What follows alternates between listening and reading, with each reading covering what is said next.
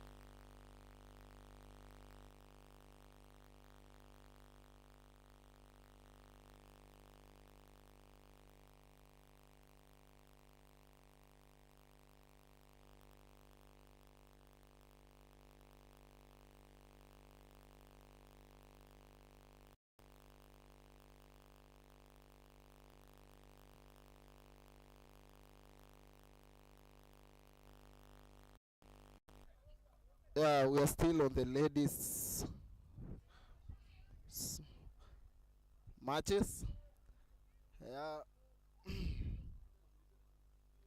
So this is the 2024 KUSF Kenya University Sports Federation's National Games held at the Masindo Muliro University grounds. Yeah. So right now are in with TUM. Most ladies playing against TUM, Technical University of Mombasa.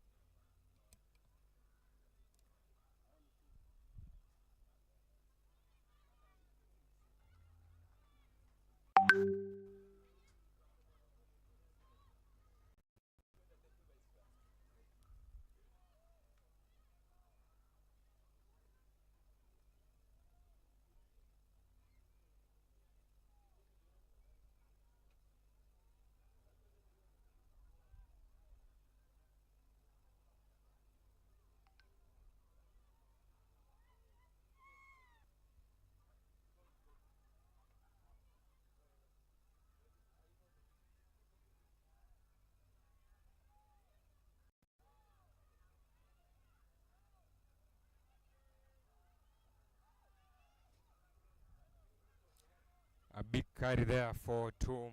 Ball stolen. The referee spots a penalty.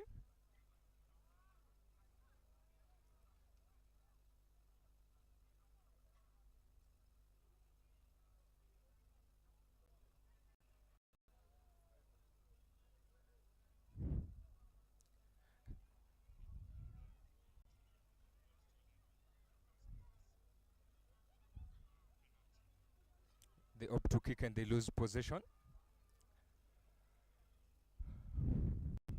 Now it's a turn for TUM to exit their own half. But the winger seems not to read the move. They keep on playing the ball. Tackle by Moss. But we have a knock-on.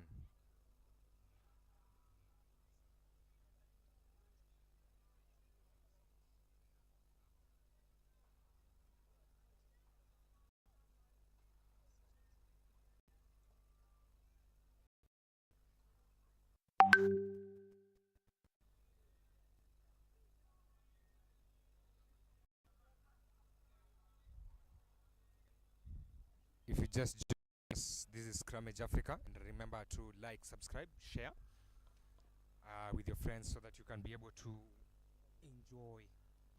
Your friends can also be able to enjoy this live action coming live to, from most.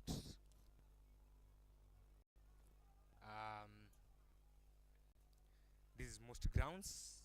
We have other matches going on. Um, talk of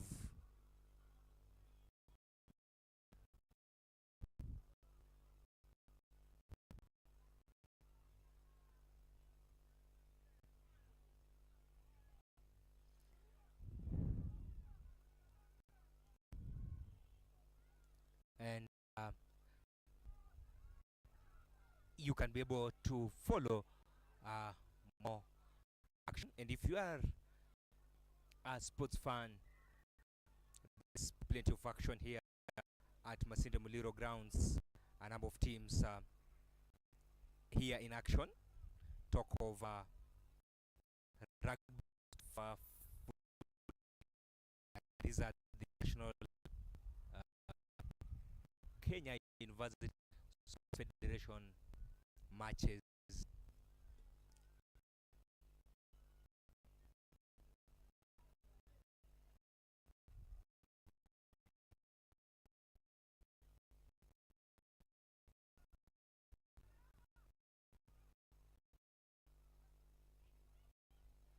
Always subscribe, share, and as you've been informed, more content coming from YouTube channel. We just said the ladies will have next match here.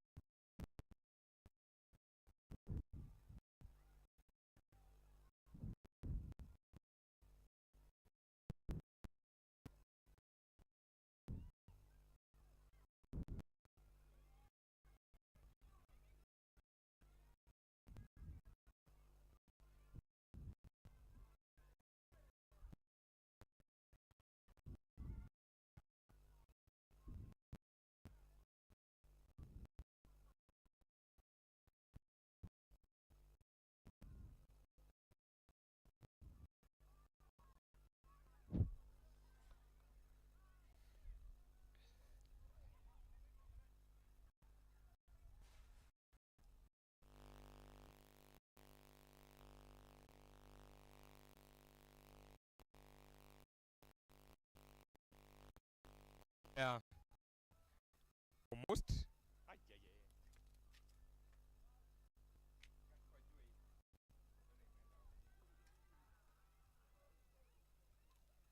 Still chasing and working to be able to get something from this match.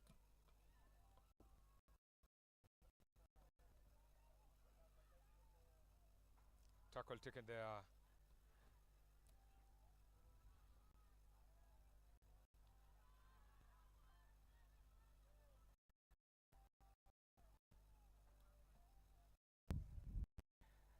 Some of the matches coming away, we'll have Karatina women's semi-final, we had Karatina getting a 5-0 win over Tum, and then Chuka versus Muliro is the match. Masinda Muliro versus Chuka, the match now. For the men's semi-final, we have Kabrak taking on Kaf.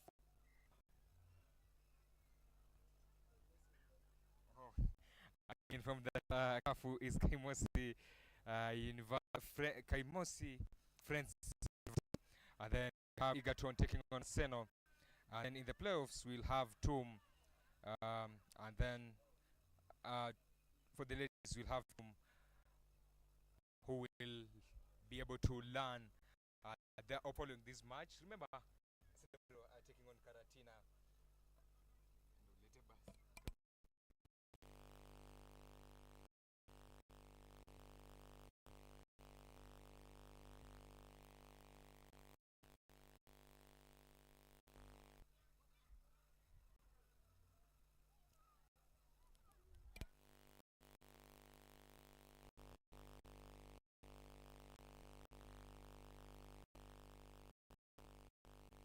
Time break, we still have no tries. Chuka taking on Masinde Muliro.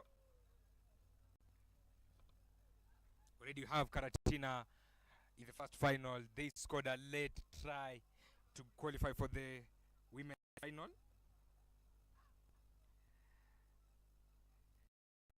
So here from Masinde Muliro University grounds, if you're a rugby lover, you're within the environment of Kakamega, you can come and enjoy this. You can come and enjoy this. On your screen, Egerton just getting ready, enjoying some fun time.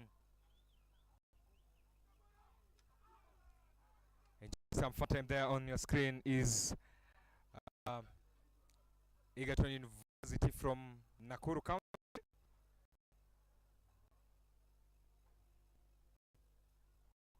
You can also see Kabrak getting ready to start their warm-up.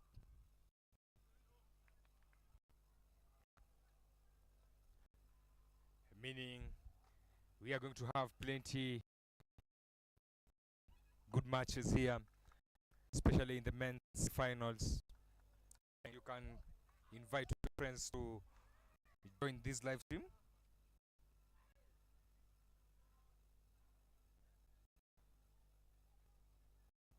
Enjoy this action. As I told you, have a number of matches lined up.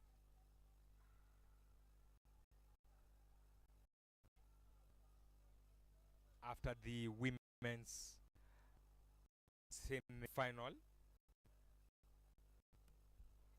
most taking on Chuka, and we are hoping to have a winner within the remaining 7 minutes, not 40. My mind is stuck with the 15th matches which is going on. Action. We had Kenya Cup, plenty of Kenya Cup action, and very crucial matches coming up in the coming weekend. You can also be able to watch and read match reports live on Scrummage for the Kenya Cup action. That is Chuka with the ball. A very good step, but she loses possession in that contact. Most with the ball, they opt to kick, and they gift Chuka possession again. And now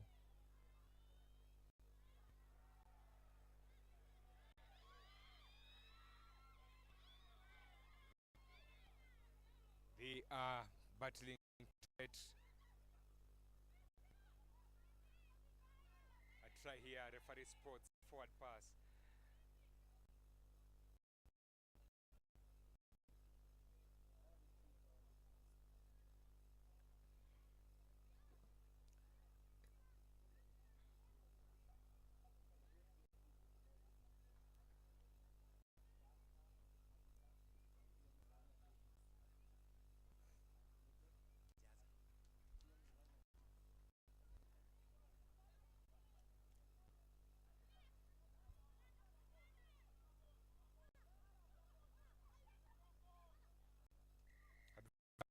in that 22.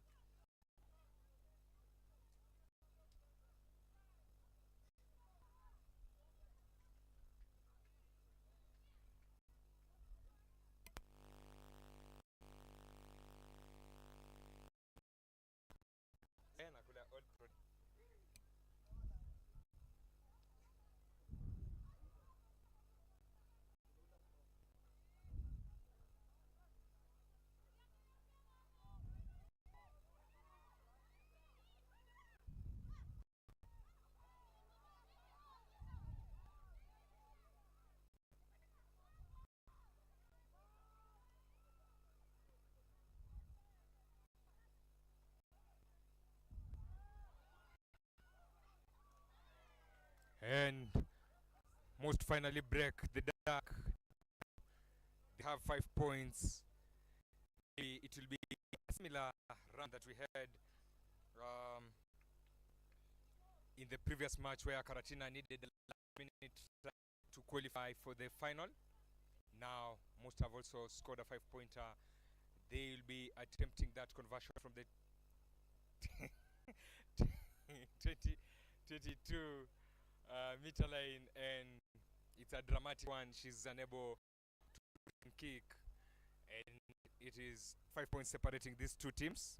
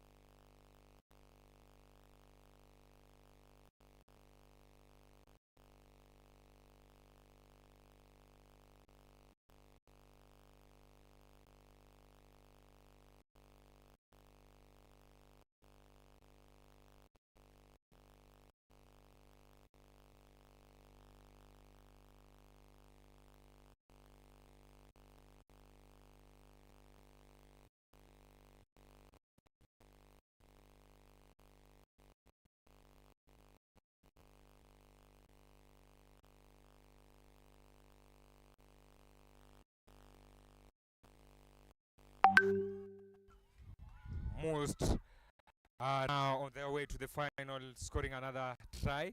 That one is under the post.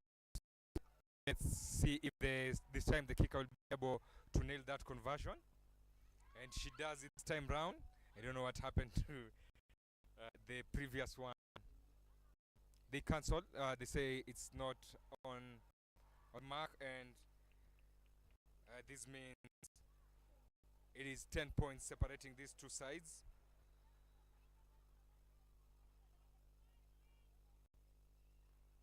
The conversion was not on point, but at least this time round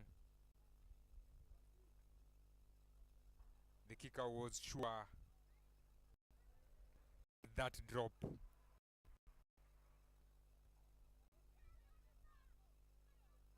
The winner of this match will be joining Karatina.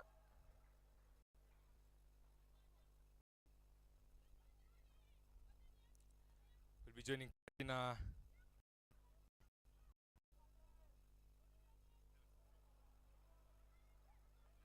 University, who qualified earlier on. After this, as I told you, we'll be having the men's match, and we are expecting fireworks in that category. Remember to like, subscribe, share.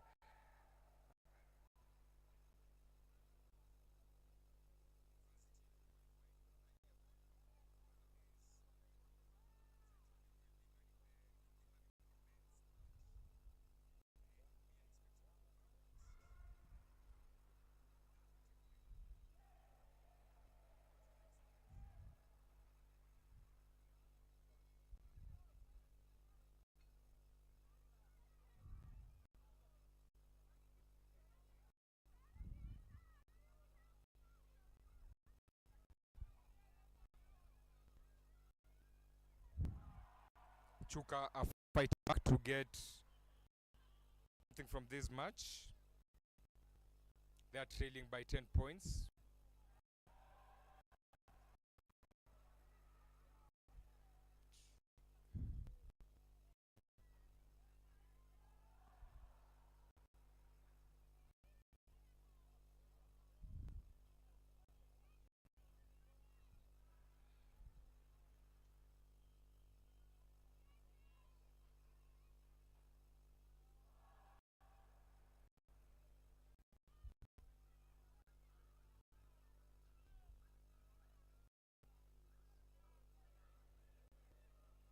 Ball stolen by Most.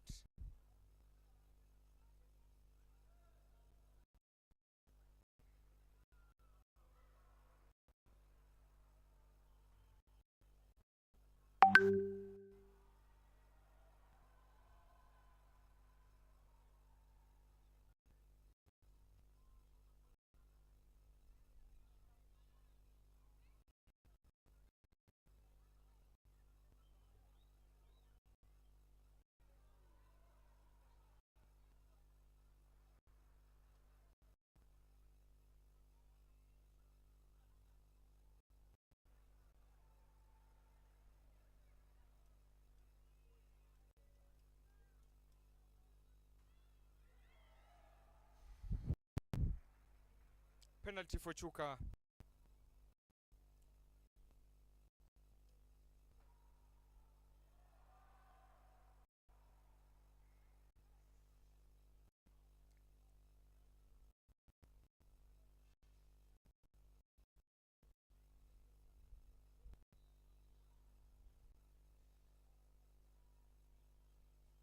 Remember, KUSF will be playing the 11th place playoff against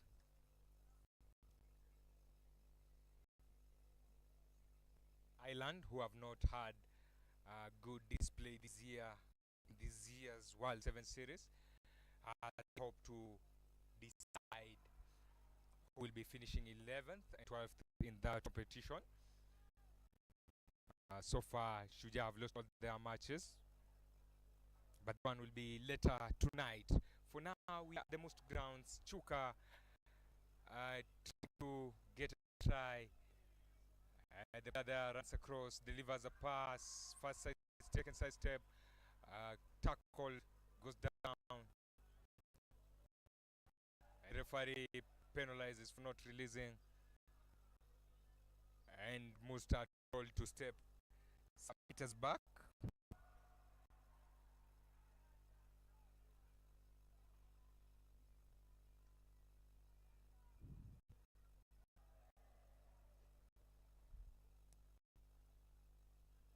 But they are able to steal back possession. Ball bounces in Chuka's favor. And back to that era. Barry blows the final whistle, and Most will be facing off with Most will be facing off with Karatina in the final. As now to men's category.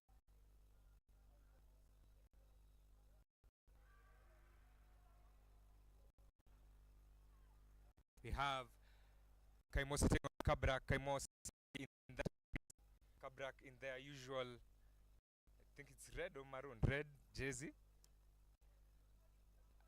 And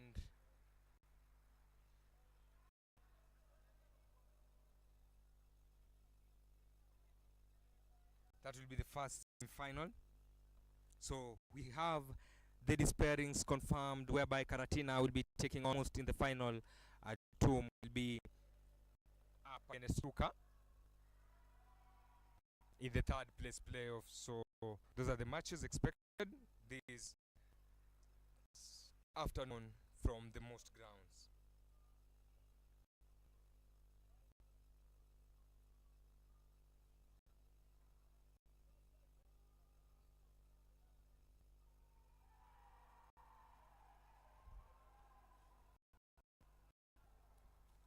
If you're just joining us, just to remind you that you can be able to follow this action live from Scrummage Africa.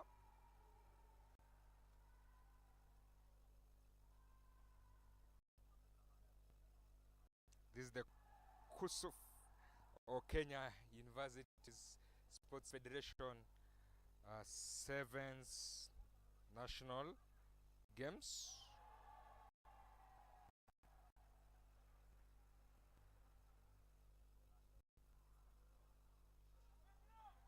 Kabrak, all the way from Nakuru County.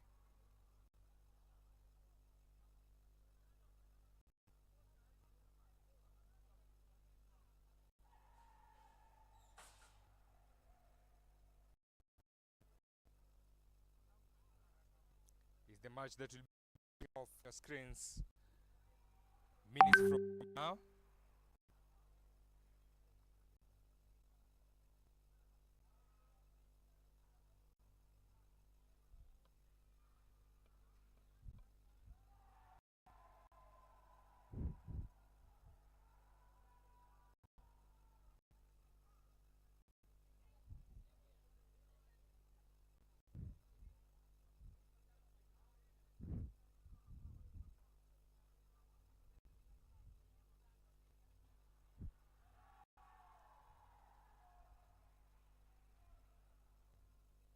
Referee asks players to test the ball. They need to show satisfaction so that we don't have complaints. Remember to like, subscribe, share, and invite your friends to also watch this match as the referee allows the and confirm if they are satisfied with it. Hatutaki malalamiko baada ya hii kwamba mpira ulikuwa mbaya, mpira haukuwa na pumps. He blows the whistle signaling the start of the first half. And as I told you, it's going to be a cracker. He kicks deep into the 22. And Kaimosi with possession.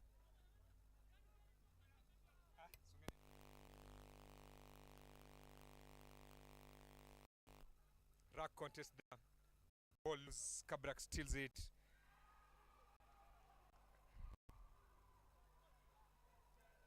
And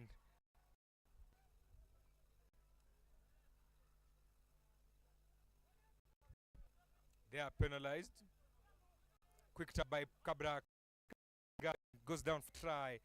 And they have the opening 5 points. Easy try for them.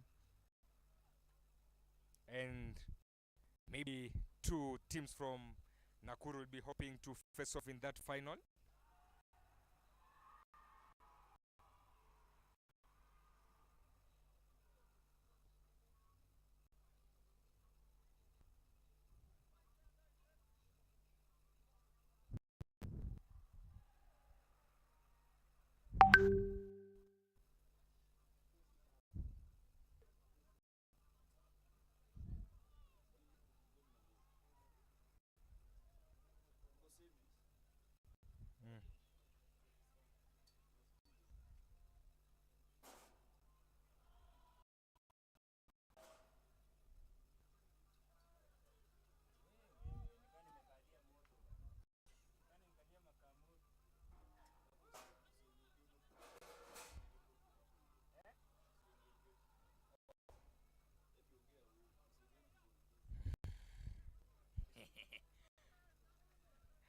Kabrak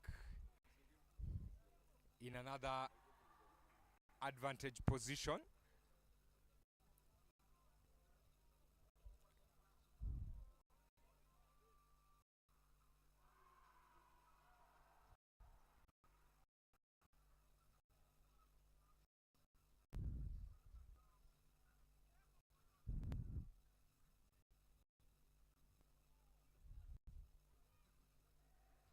Scrum feed there for Kabrak.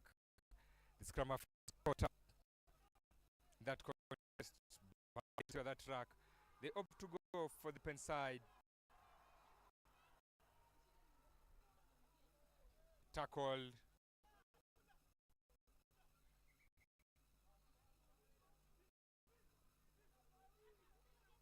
There was a penalty to Kaimosi. one of the recent institutions to be given that charter to be a university. This happened during the final days of Uhuru Kenyatta in power, in given that charter to be a university.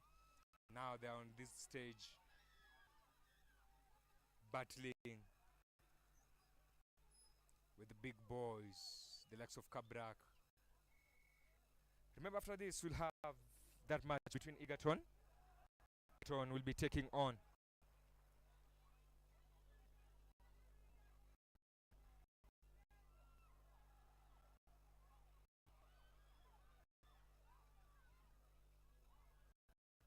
Seno.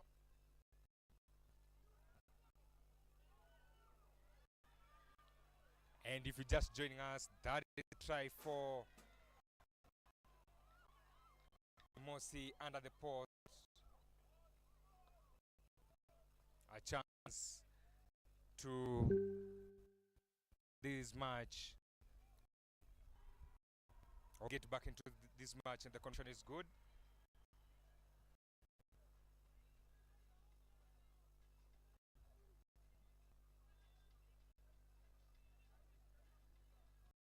Remember, like, subscribe, follow, share this link. Remember,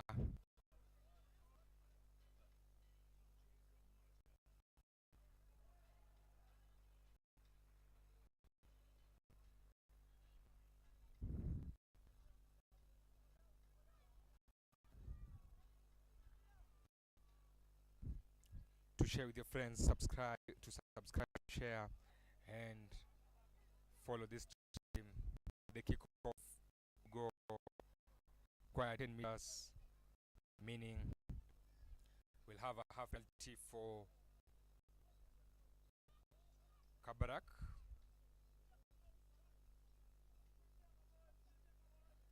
Kabarak from Nakuru County. Remember, Egerton from Nakuru County, and also still in this. And a darting run there, scores another post. And now Kabrak have reclaimed that lead again.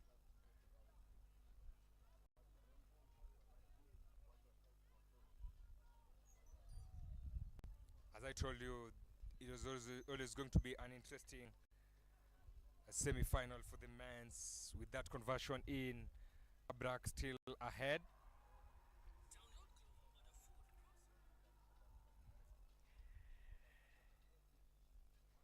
And we have two teams.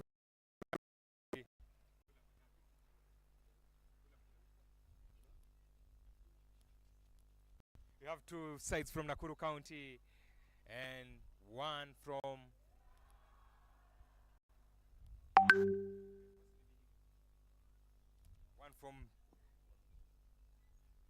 Vihiga County and one from Kisumu County. Though we people from Western, we are yet to agree where Maseno is, and that is another try for Kabrak, the third try, which pushes the scores further for them. Now, with that conversion, they missed that one, and now they have 3 to the next one. I was telling you that we have had the argument between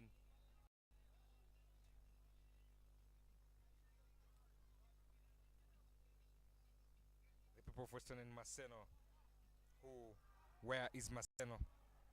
It has been a debate, but that is a story for another day. Kabrak look poised to head to the final of this competition. In the background, we have Maseno and Egerton warming.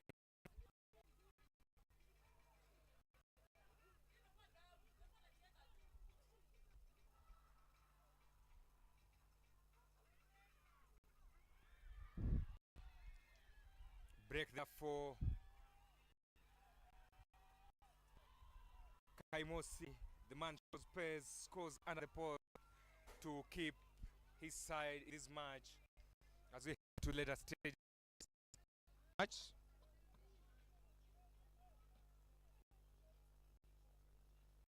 They have refused to go down without a fight, and now second try converted. Now they are up to 14 points, meaning we still have a contest, but the referee calls for that halftime break.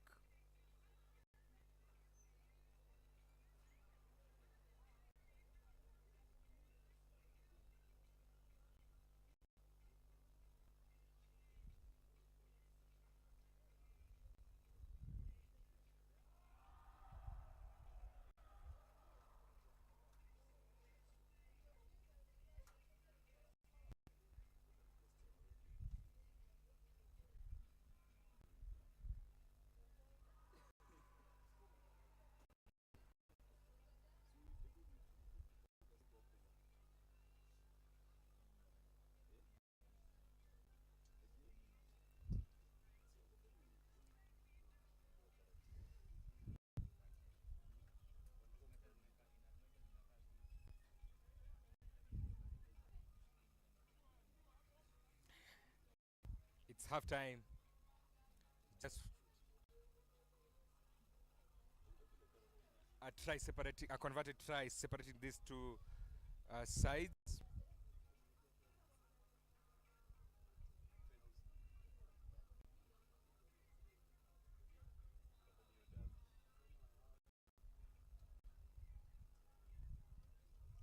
Just one try separating these two sides.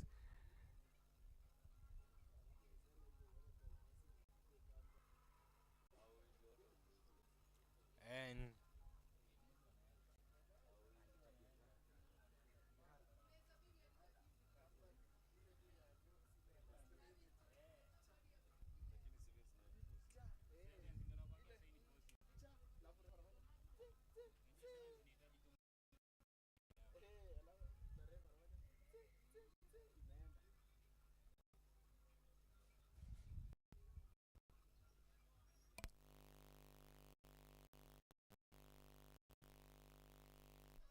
the second half is on.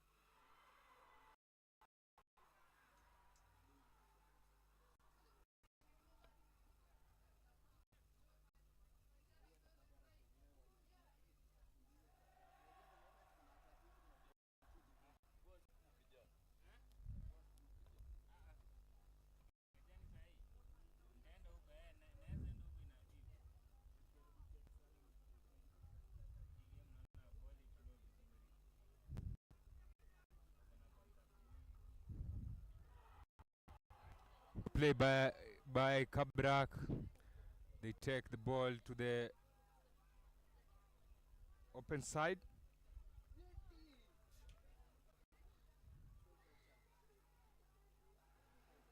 And the referee awards a penalty.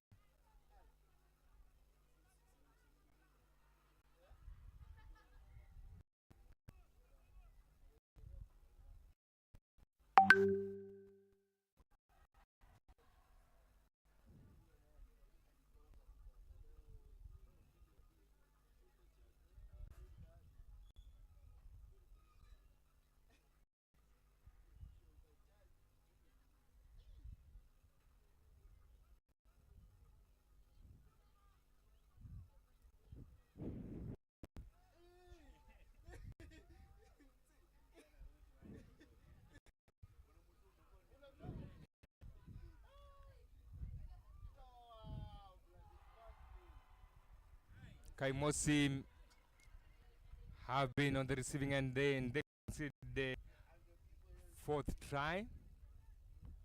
Good play there by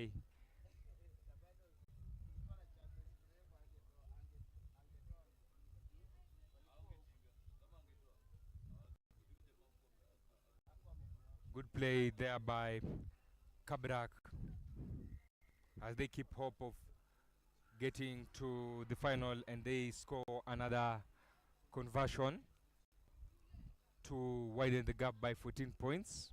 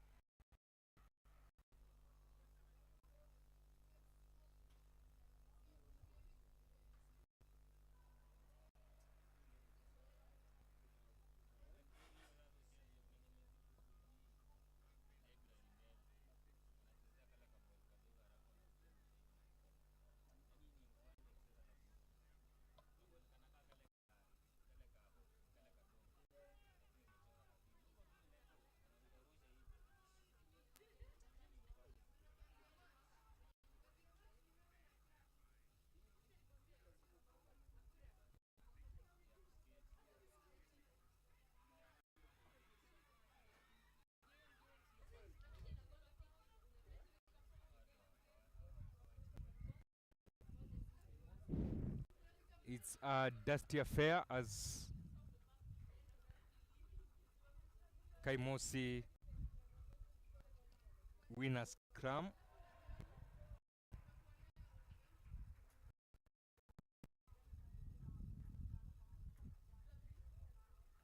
Player down or man down being attended to after the tackle. And you can take this opportunity to like and subscribe to our YouTube channel, Scrummage Africa.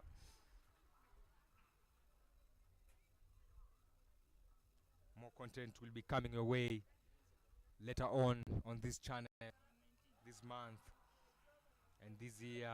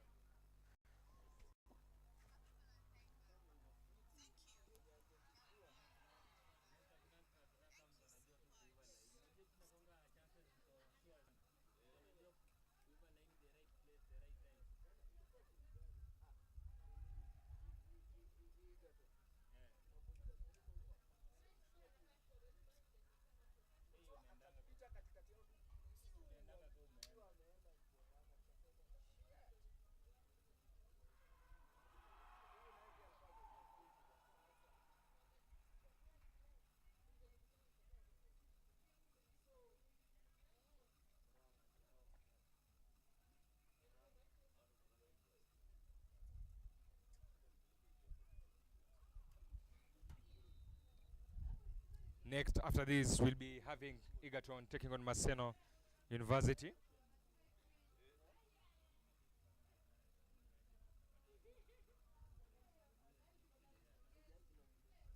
And a scrum half with a good scrum pick there. They managed to secure that track. Referee penalizes Kabrak. And Kaimosi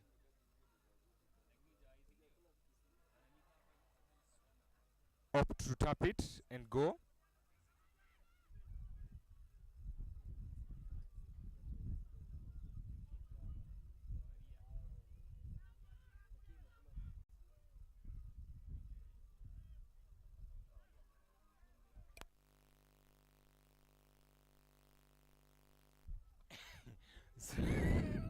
Kabarak with a grabber kick,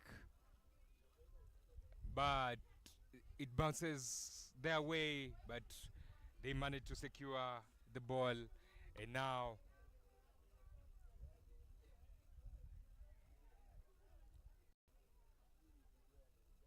they have an advantage. Quick penalty there taken, but the referee calls them back to the mark.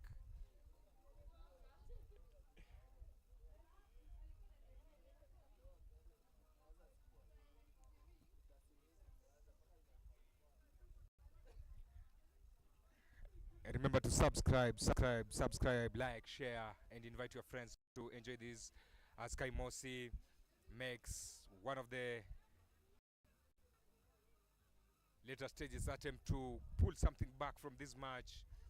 The referee ends the match, and this is Kabrak, the first side to book a place in the final of the Kenya Universities Sports Federation final. Joining the likes of Karatina University for the ladies category will be taking on Most, and TUM will be taking on Chuka in the third place playoffs. Now we have the men's second semi-final. Egerton University taking on the pitch, and they'll be taking on Maseno. Remember, Maseno were one of the sides who featured in these years, or who represented the country in these years. Last year's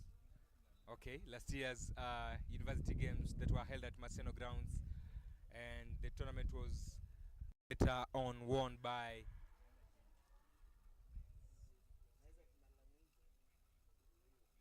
TUM from Mombasa, but they are not available today.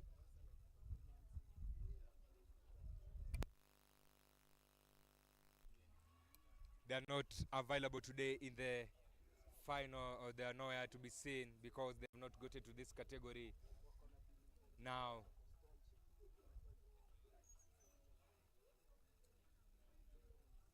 hurdles done.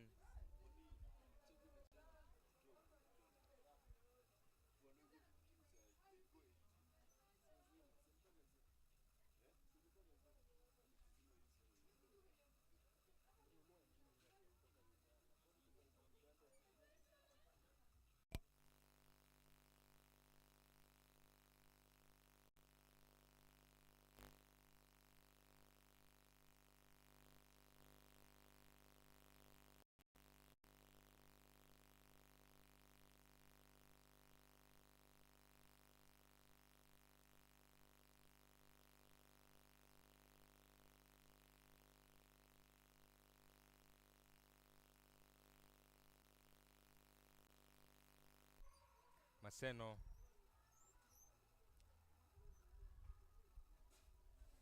coin toss done, and it's now Egerton will be receiving it.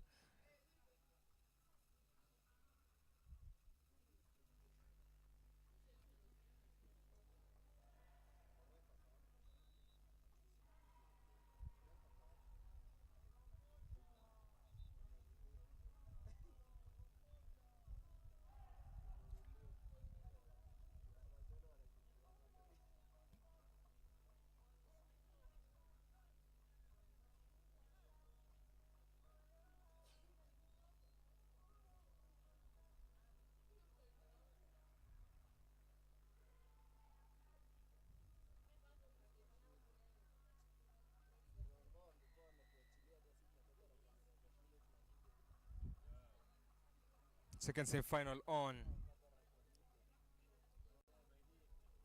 Ball bounces. Maseno claims it.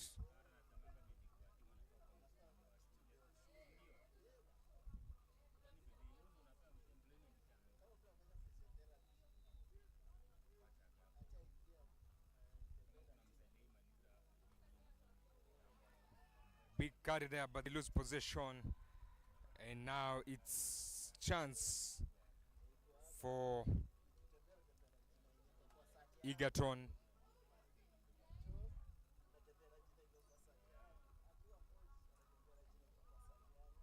to run it from the zone, but they lose possession. And the referee is playing advantage. Ball knocked on, and the referee will be taking us back, but she calls for.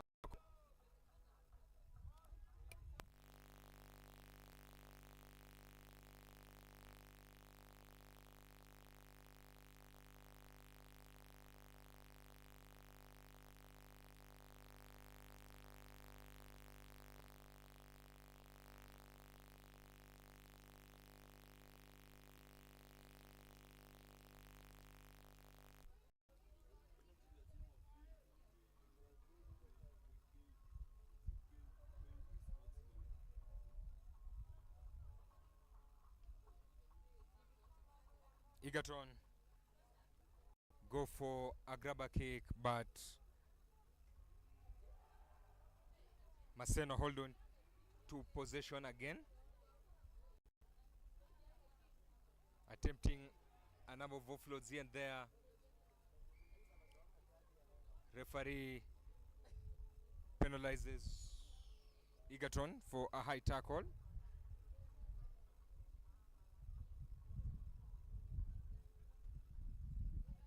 They opt to go for that line out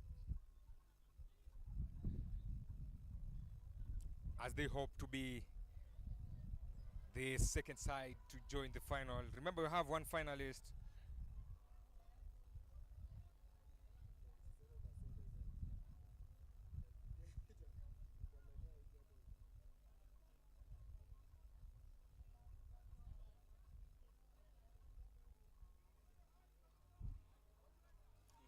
And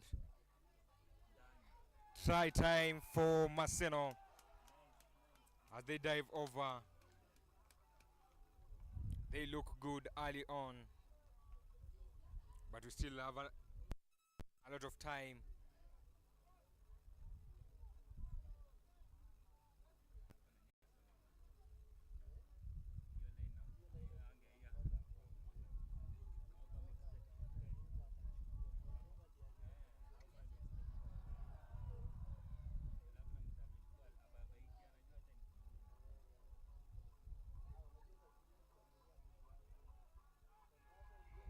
The conversion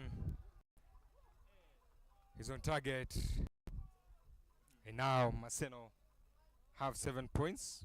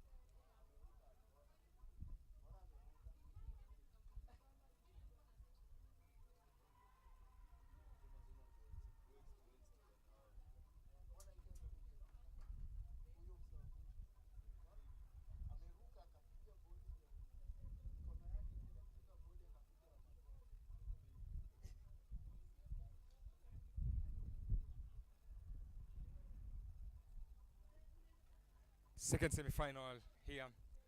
Maseno still ahead, 7 points.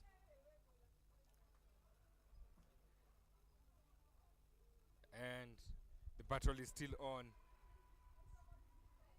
as we hope to get to know who is that man going to the final. Kabrak have qualified for the final.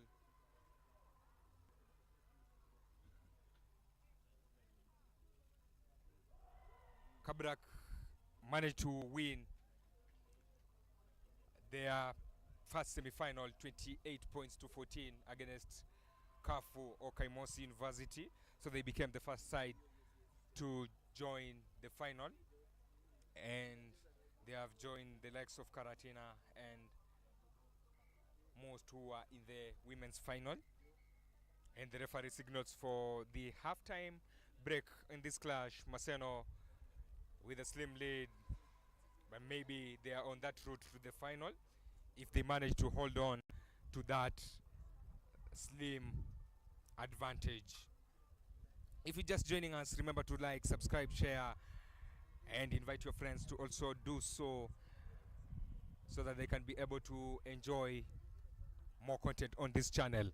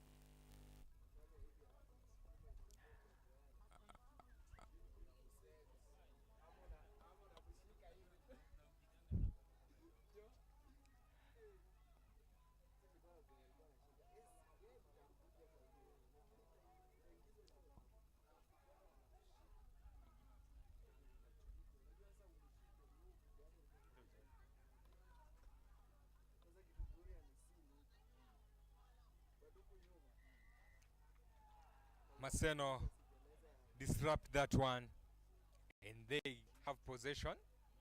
Scrum for them deep in their half.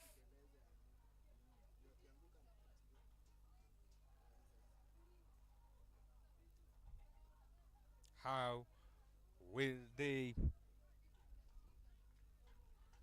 be working to exit their 22?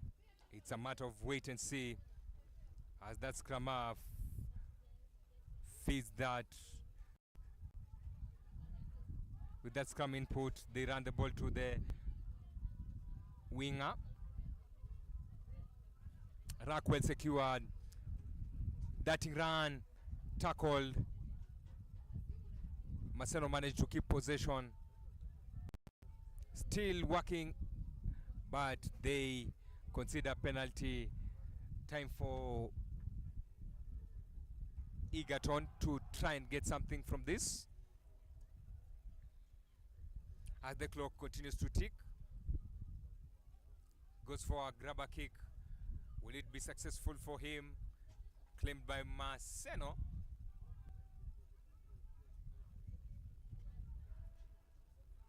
They lose the ball.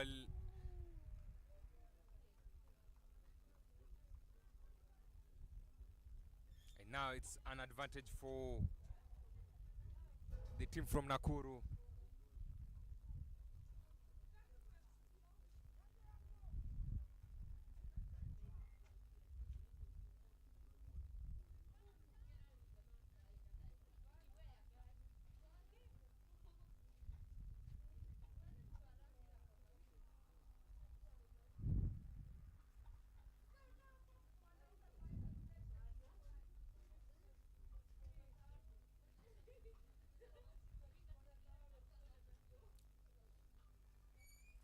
Line out for Egerton. Well claimed, but the scrum half loses it in under pressure.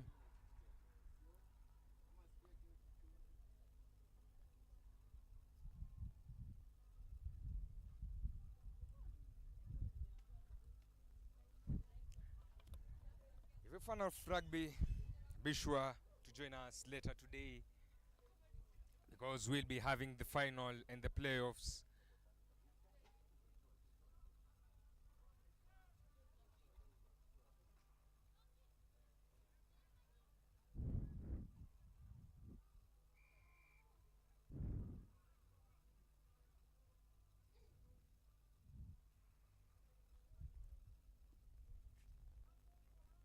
Chance to exit their 22.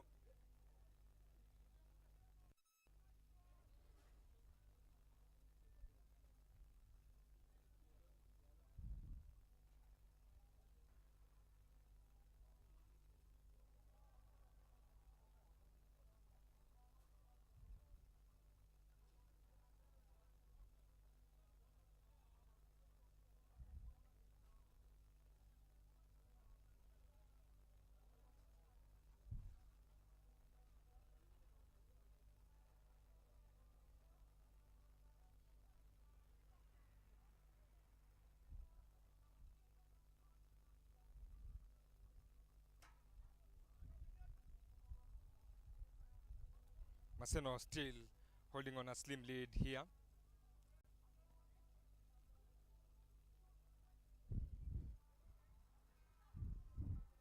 And just to remind you that you can also follow us on other social media platforms. That is YouTube, Facebook, X, and TikTok. Scrummage Africa. Egerton in attack, cuts inside, steps outside. Penalty for Maseno. Seems everything is going right for them today. They go for the corner.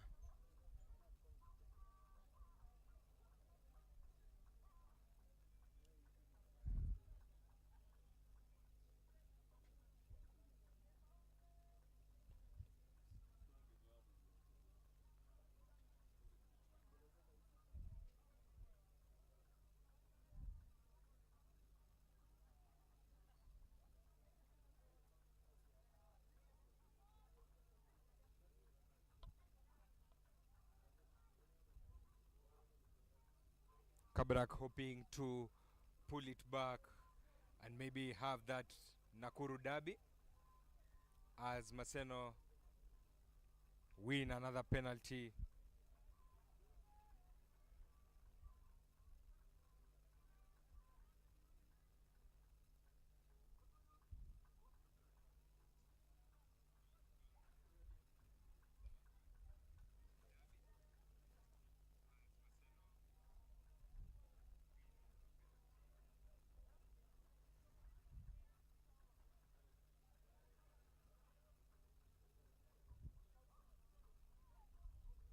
They opt for another line out. Remember, it's courtesy of a line out that they managed to get their opening try. They opt to run it long, a long pass there, though it bounces. Now it's up to the winger to do the honors, manages to secure the ball, but they consider penalty there.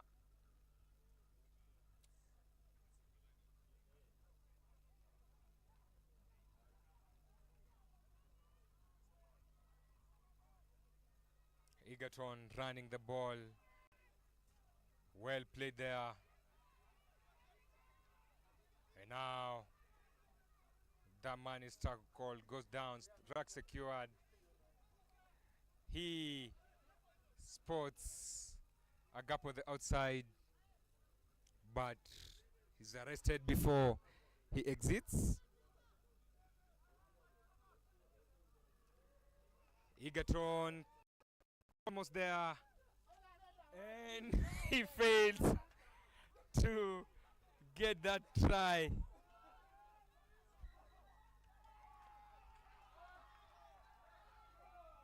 As Maseno win it with 7 points, and they'll be joining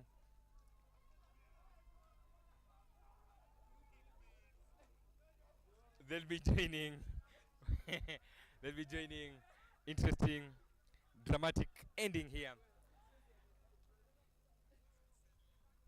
They had a chance to tie the scores, but man failed to touch down the ball and was bundled out of play. And now we have a confirmation of the finalists. Maseno will be taking on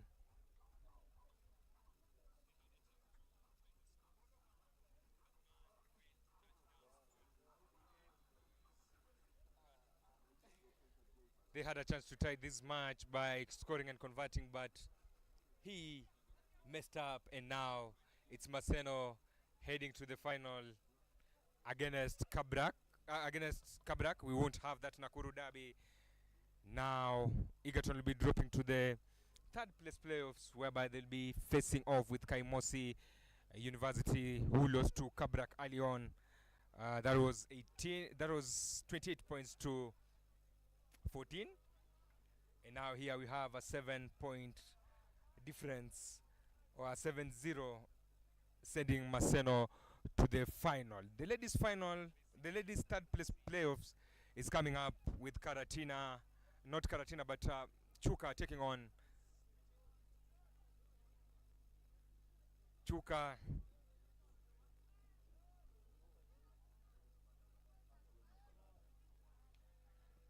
Chuka will be taking on Technical University of Mombasa.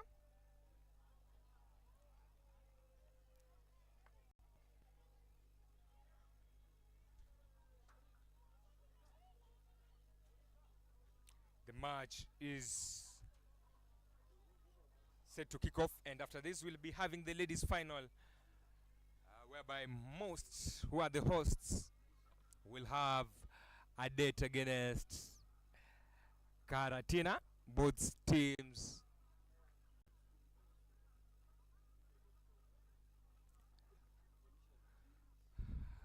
earning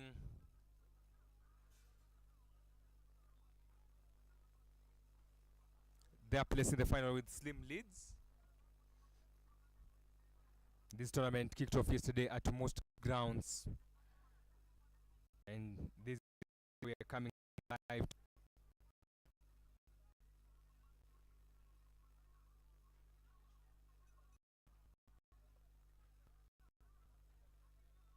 Remember to like, subscribe, and later on we are going to have those two crucial finals. We have the ladies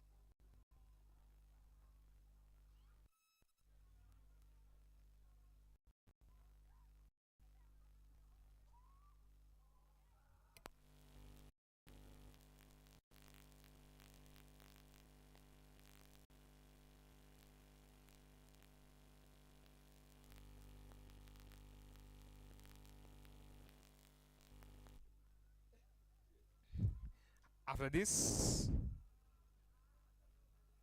We'll have that final match for the ladies, and later on the third place playoffs and that final. So keep subscribing, keep liking, turn on the notification, and also follow us on media pages for the updates.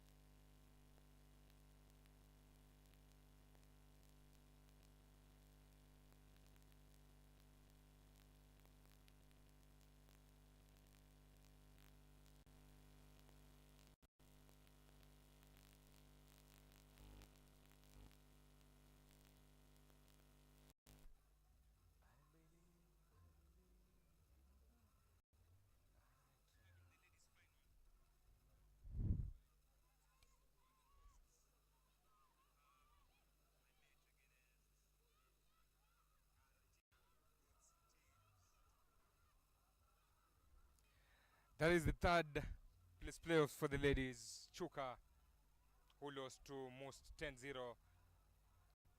hoping to get that podium finish.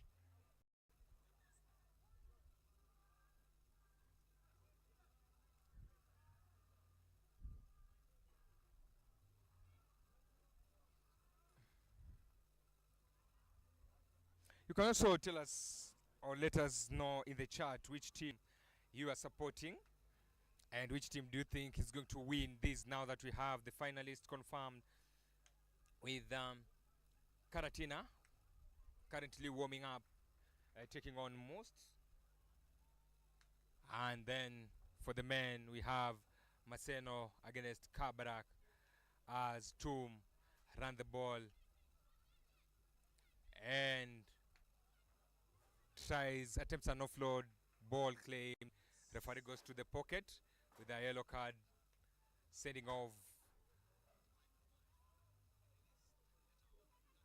a player, a Chuka player, for tackling using her feet. A quick tap.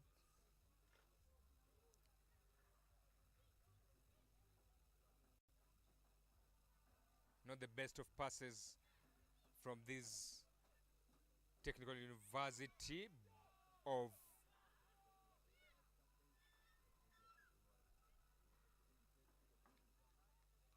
Mombasa, Tum.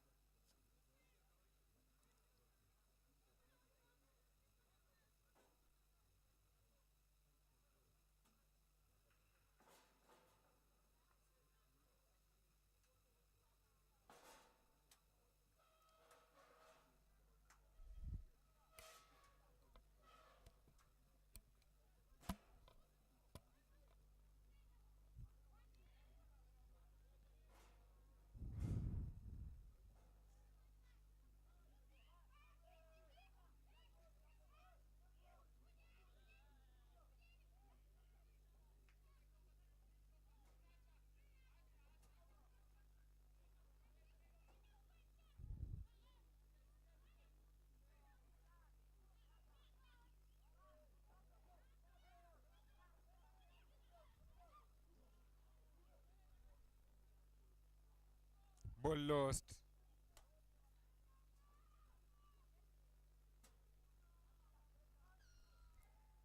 Penalty for Tum.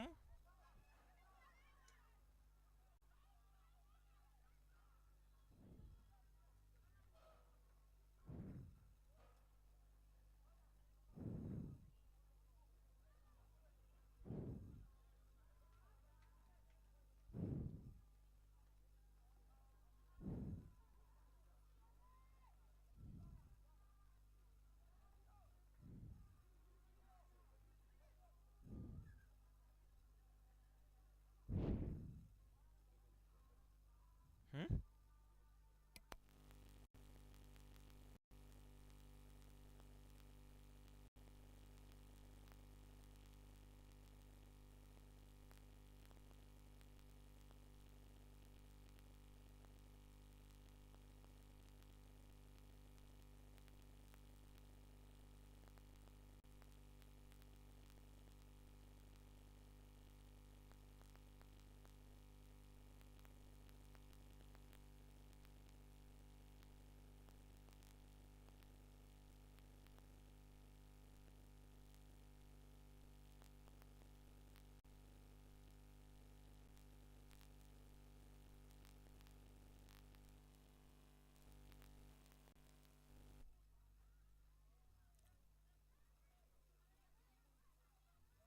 Scrum for Tum.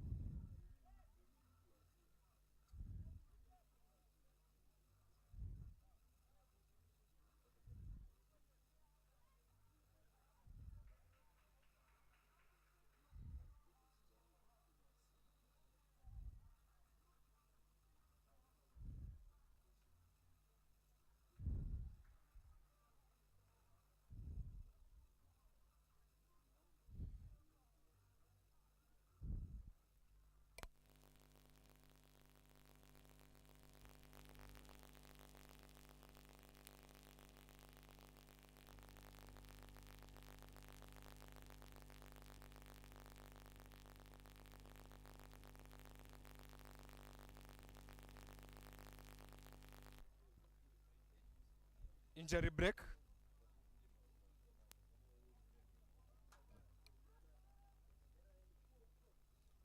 Player being attended to. Chuka player being attended to.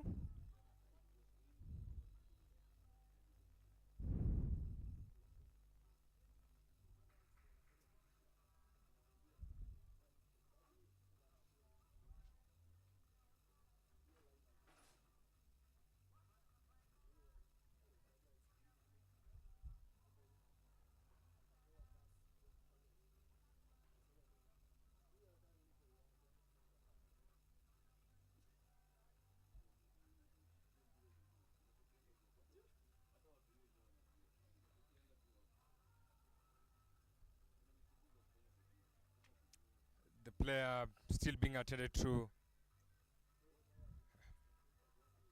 And that is why play has not resumed.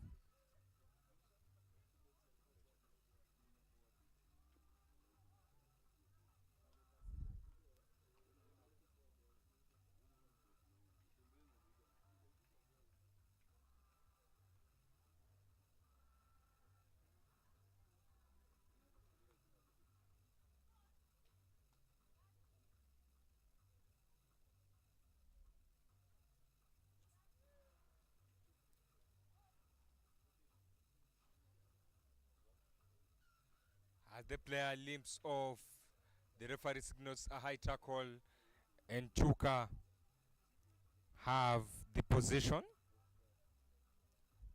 A chance to exit their 5-meter line.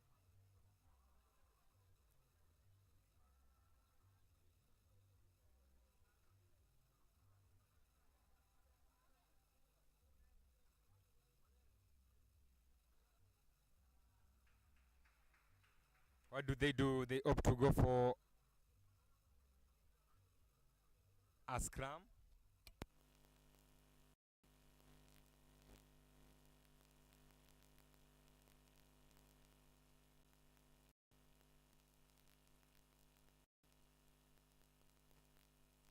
The lady is being stretchered off in an interesting manner as they go for that scrum input. They knock on their nearly on their try line, meaning Tom will have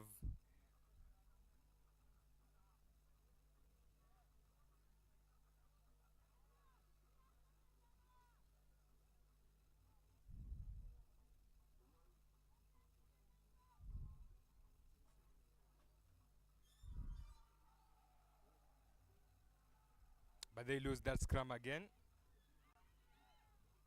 They opt at least to kick and exit the 22 with one chasing. Everybody is behind the kicker. Referee playing advantage.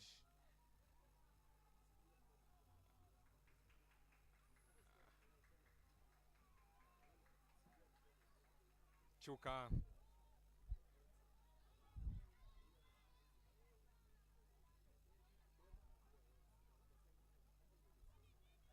attempting a number of passes there.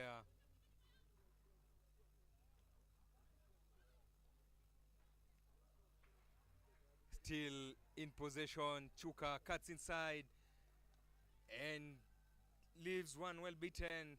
Sends the pass inside. They manage to string another pass. Chuka still in possession and holding on to the ball. They spurt space outside, goes down, tries to offload. Referee says it went back. Goes down, rack formed.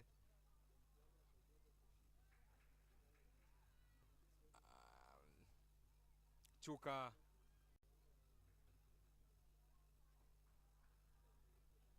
still holding on possession, but they lose it. Now it's a loose ball. And it's claimed. The referee says play on. As the winger there opens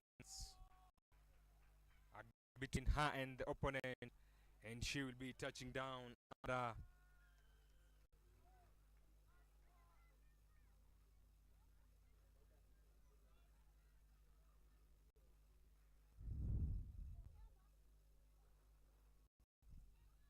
under the post. They have a chance to extend with 2 points should their conversion hit the point, but now they lead by 5 points.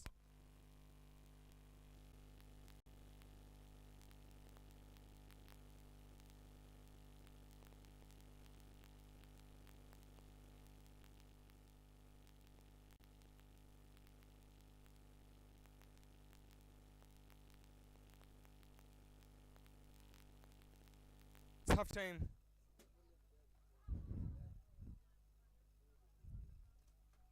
Here at Masindo Muliro University grounds.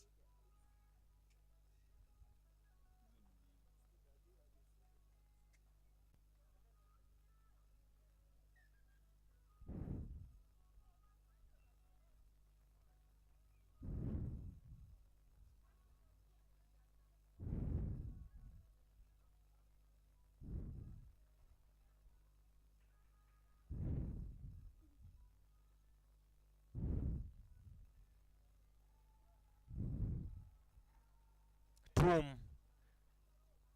Leading courtesy of a 5-pointer, a center post try. Referee signals for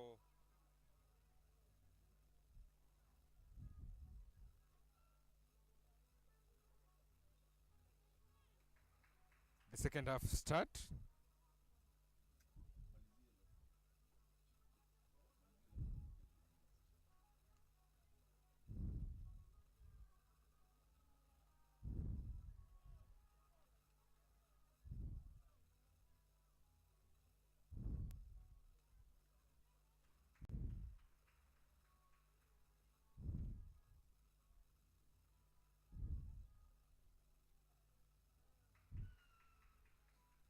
Second half kicks off.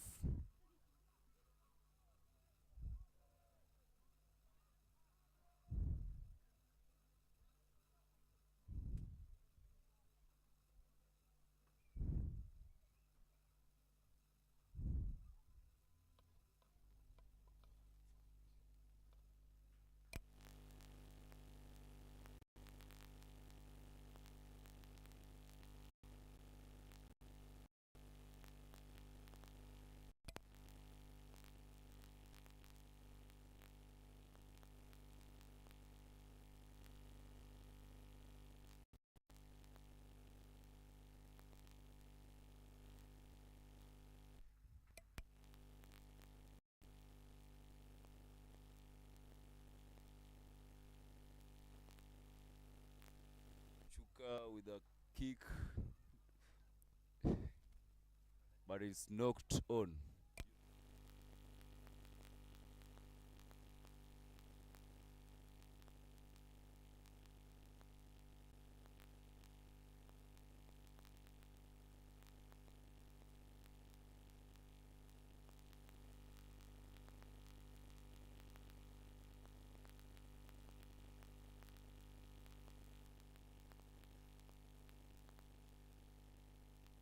Cram.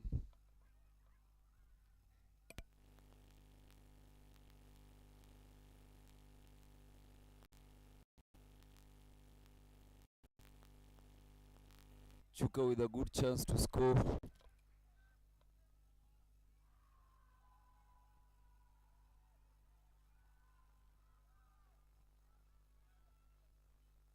good offload, but it's knocked on. Tumal advantage.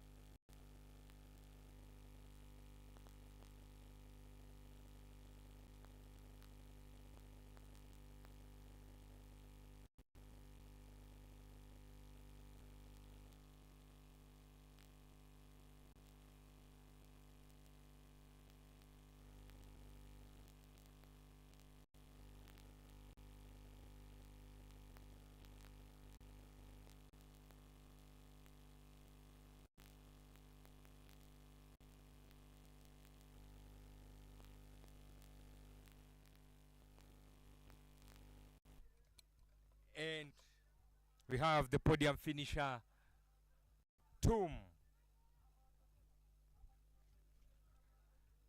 Ladies, the third place playoffs winner as Kabrak, as Egerton and Kaimosi Friends University takes on the pitch.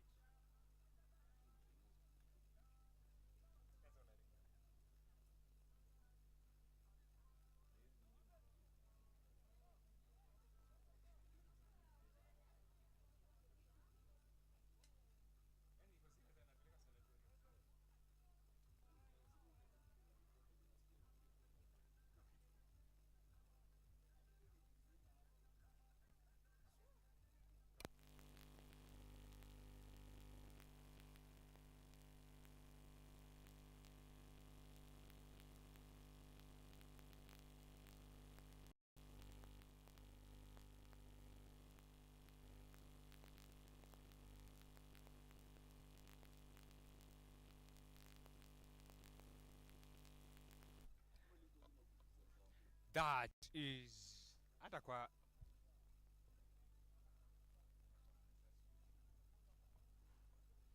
that is the third place playoffs.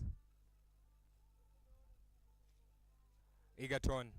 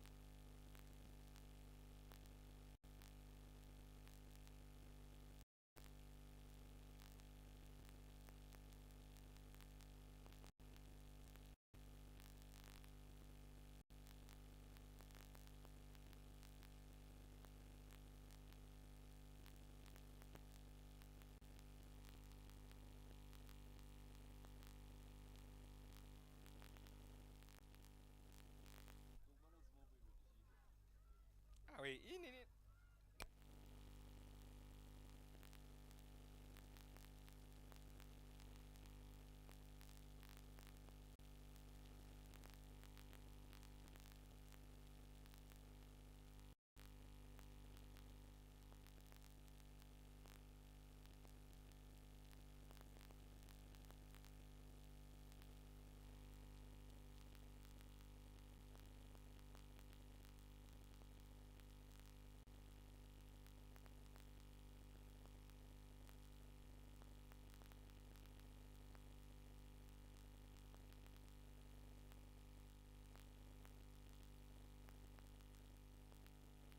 try for Egerton.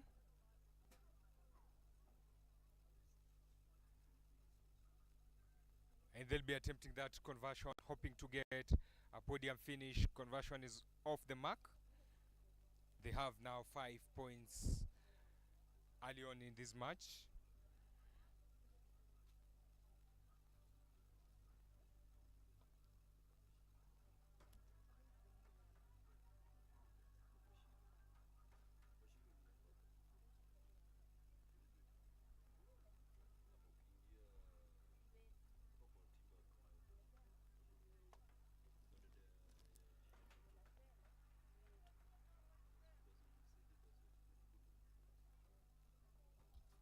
Kick well raised, but doesn't go the required 10 meters as the ball is awarded to Kaimosi.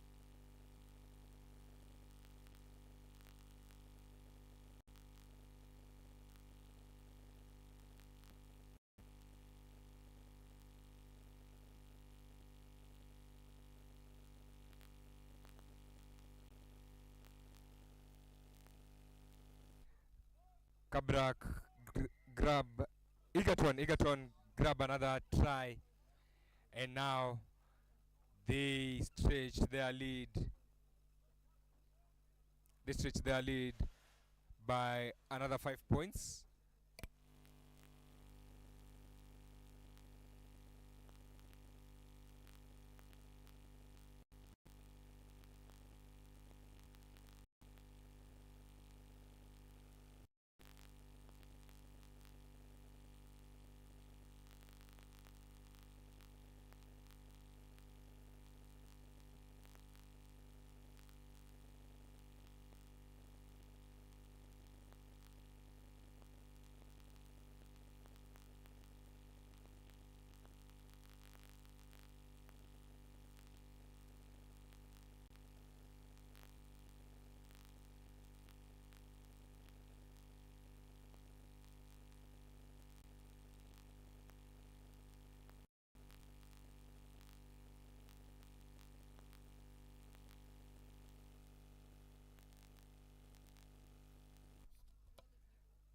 Um, Kaimosi pull back. Kaimosi pull back with a try. They are once again playing catch up here, just like it was in the semi-final against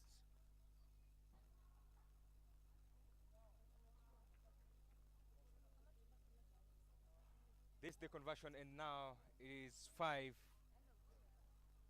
points for them against 12, which Egerton have.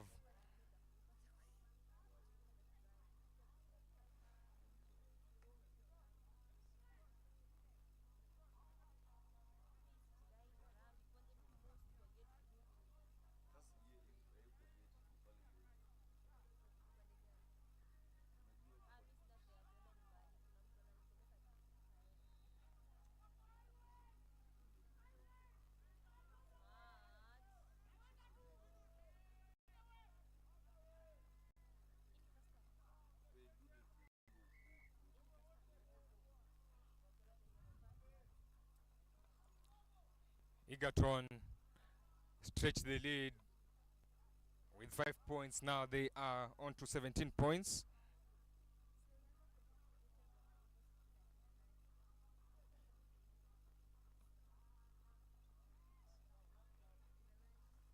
With a conversion to come.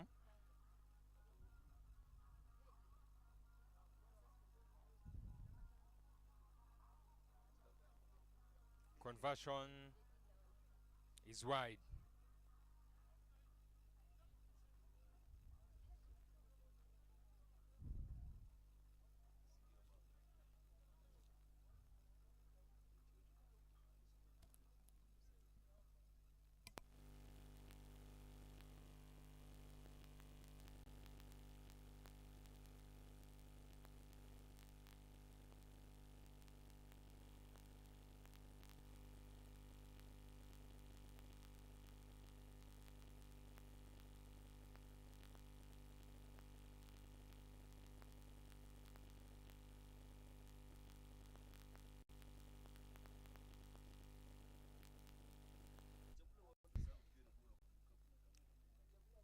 Grab a kick.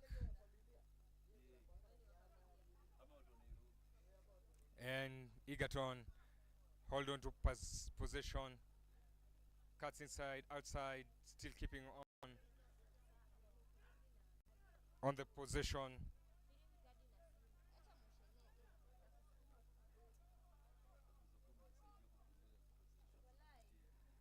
They lose possession.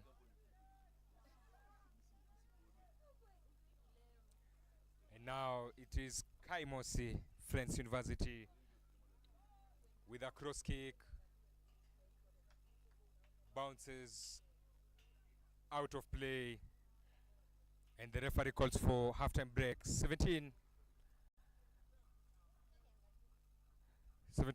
is the scoreline so far. Remember to like, subscribe, share, and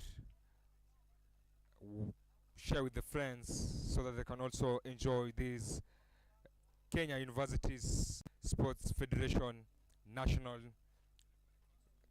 final matches being played here. Already we have known who has finished third in the ladies category. Tom beating Chuka University to finish third. And now we have Egerton leading here in the men's category.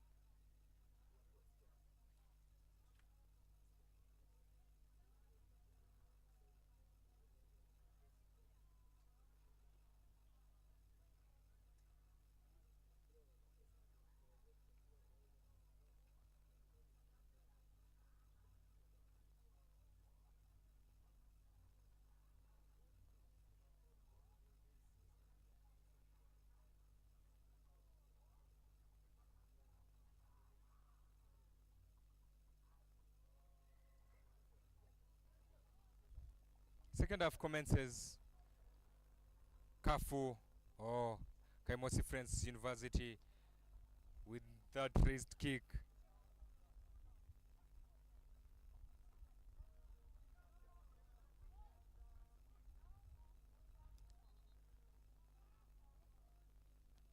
Kabrak now in attack. And now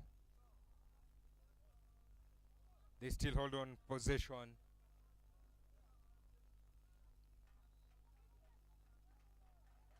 Loses that ball in contact. Referee calls for a medical break.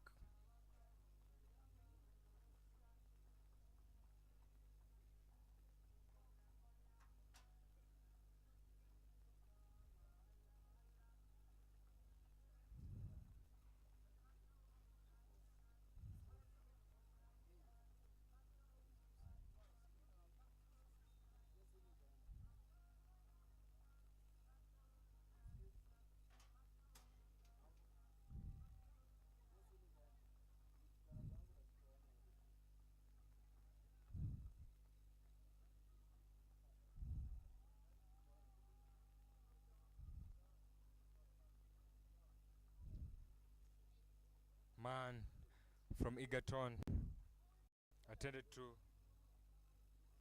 and he is back on his feet.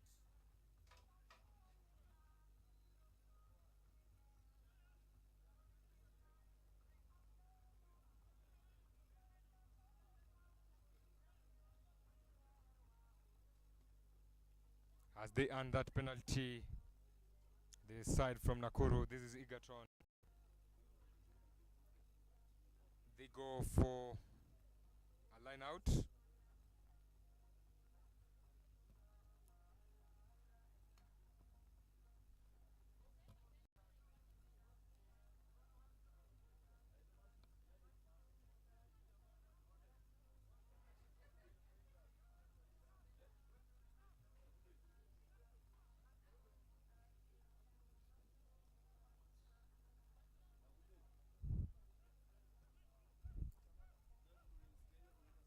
Egerton in possession, trying to swing the passes.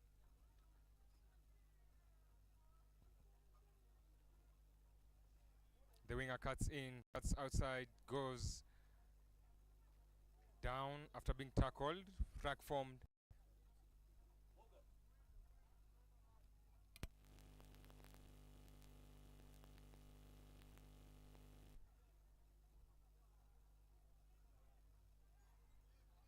Still hunting for that try. A long throw. Will he dive at the corner? He's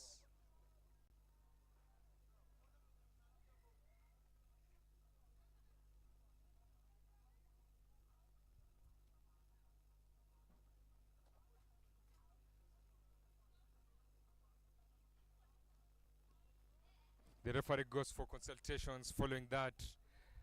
Uh,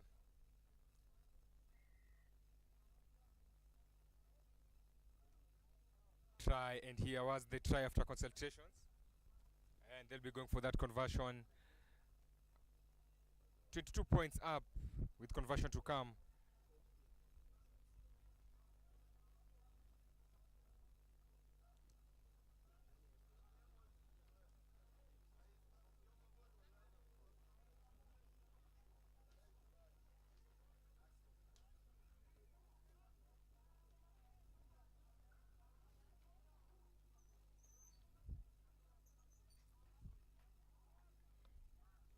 They stretch that lead to 22 points.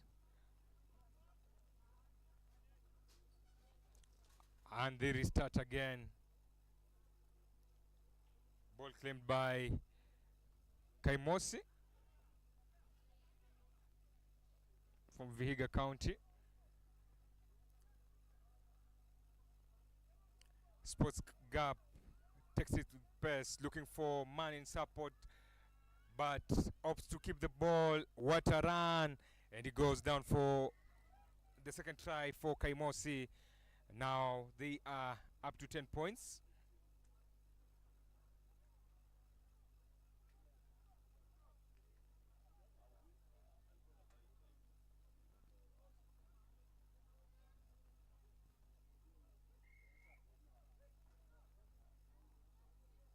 And the referee blows the whistle to signal that the conversion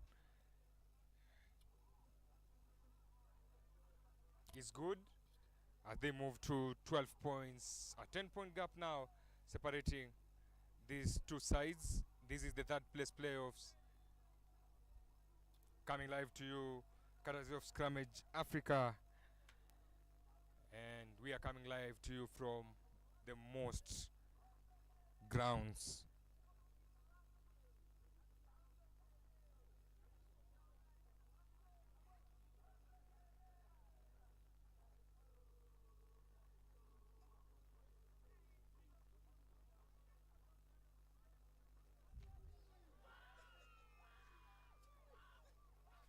What a hit.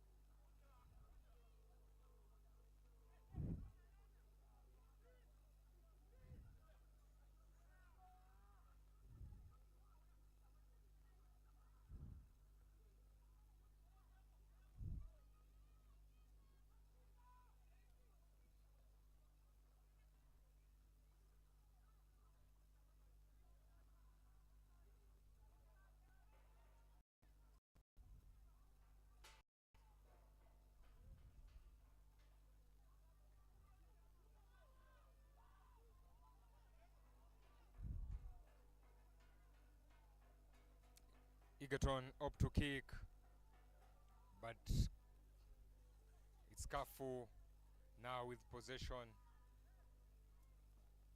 hoping to get another try after a beautiful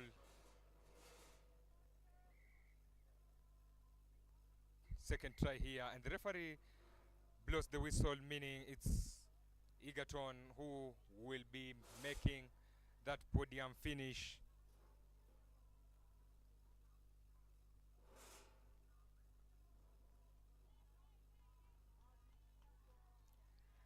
They finished third thanks to a 22-12 win.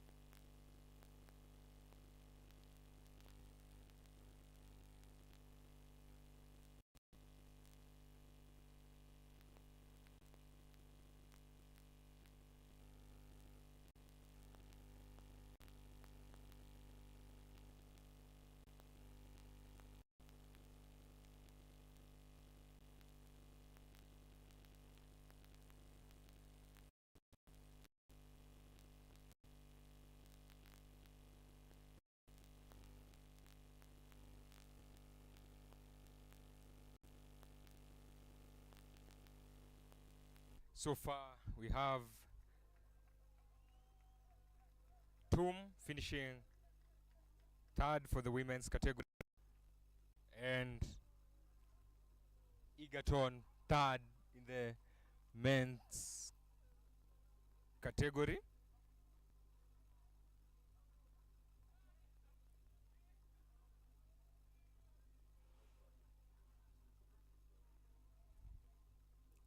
Unaweza try kuongeza hata heri katika saa hii.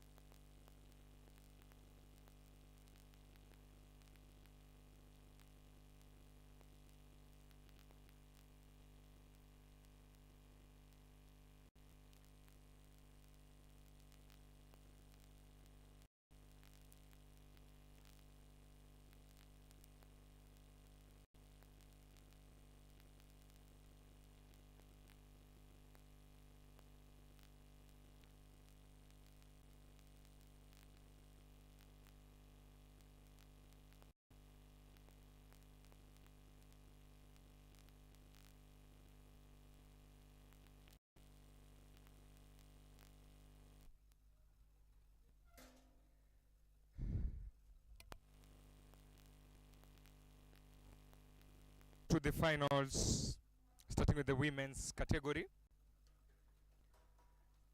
Teams lining up for that final. After this, we'll be champion for the ladies category. Hosts most here in the final, courtesy of a 10-0 win, while Carolina managed a 5-0 win to get to this level.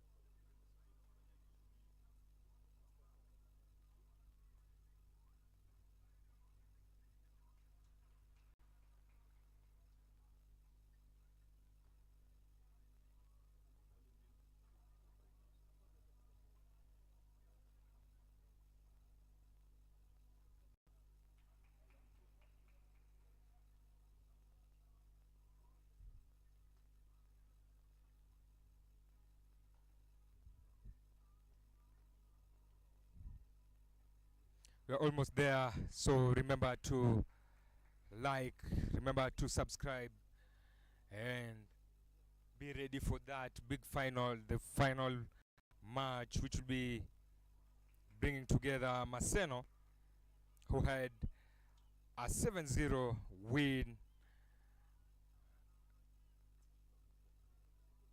against Egerton, facing off with Kabrak, who had a good one against Kafu or Kaimosi Friends University.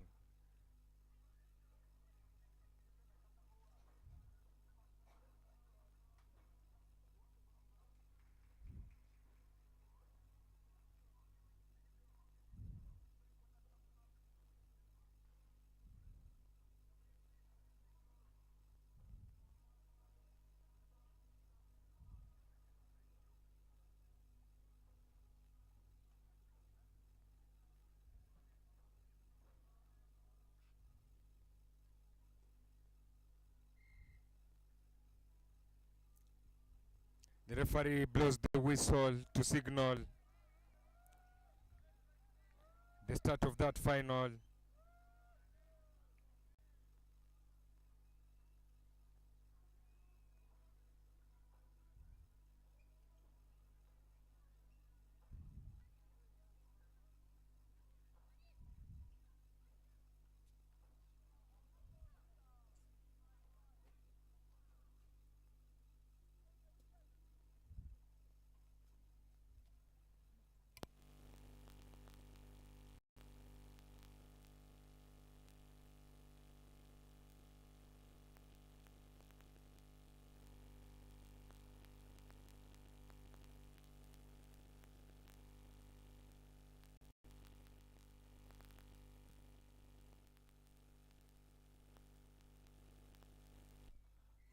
Most will be taking us for the kickoff.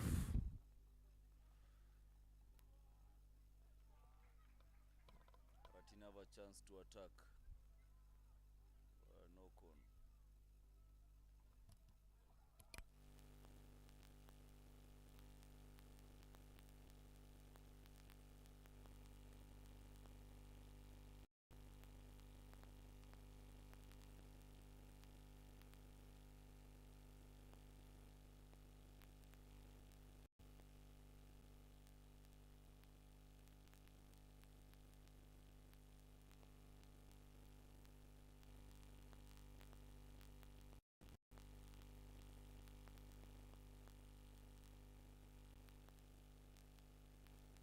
Scrum is set with most attacking.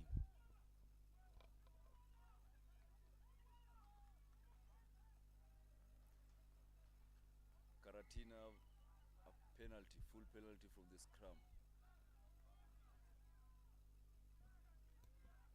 Most are being punished for not being 10.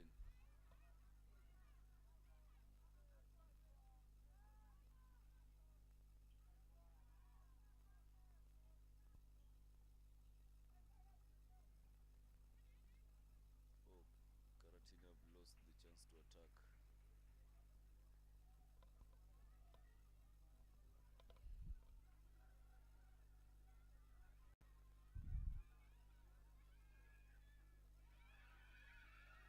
start attacking, they have a chance to score.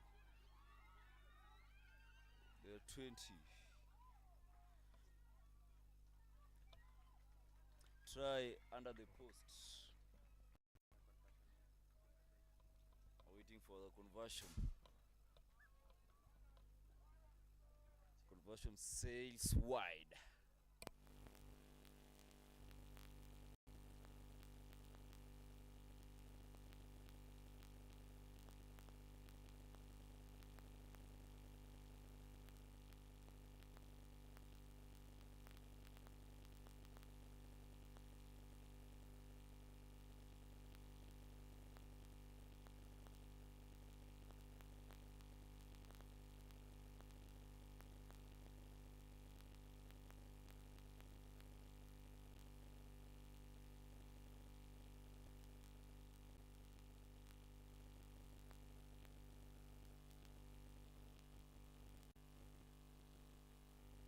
Kickoff moves to the restart.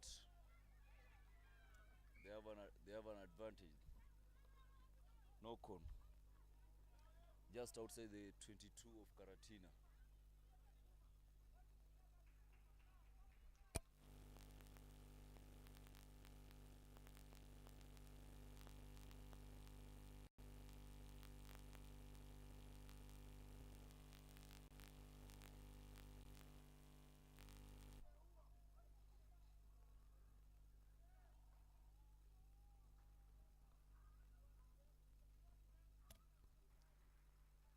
We'll have a reset of the scrum.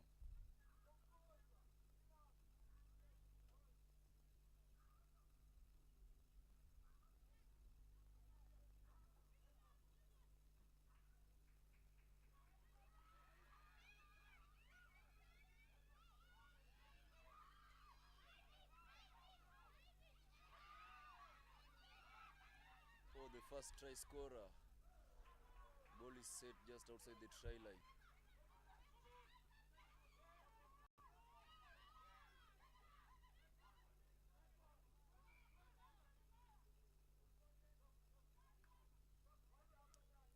Offside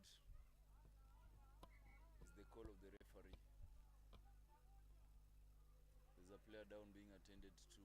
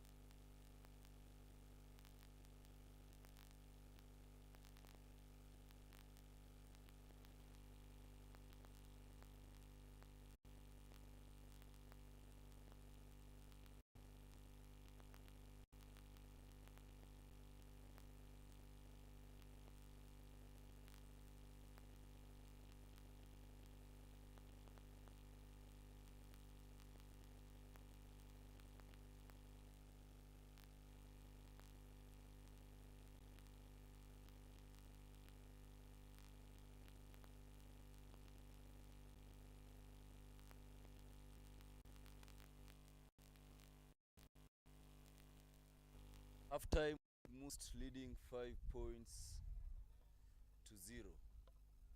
Cardinal trailing.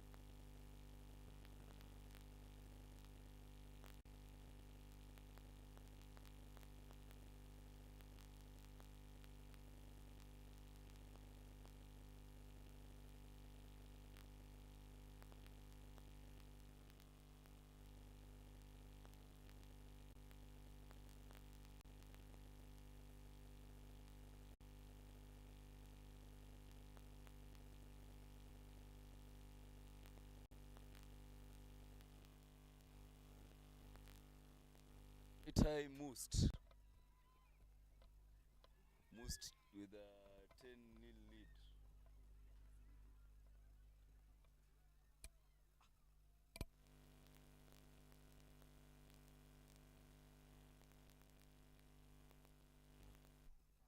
Must have scored a try. They are not going for conversion. The scores are remaining 10-0.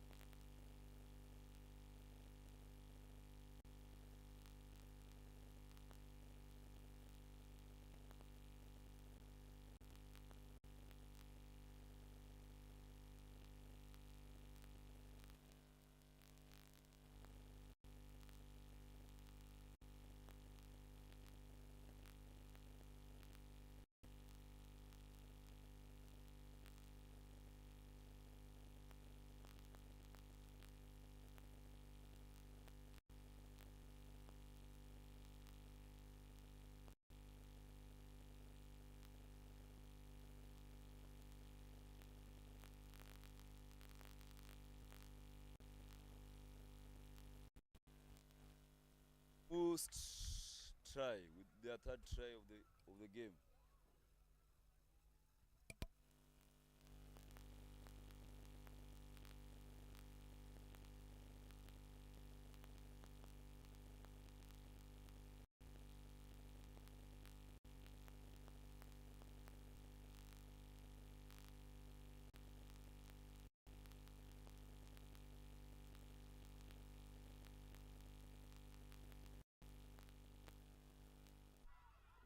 Full time most with the win. 15-0.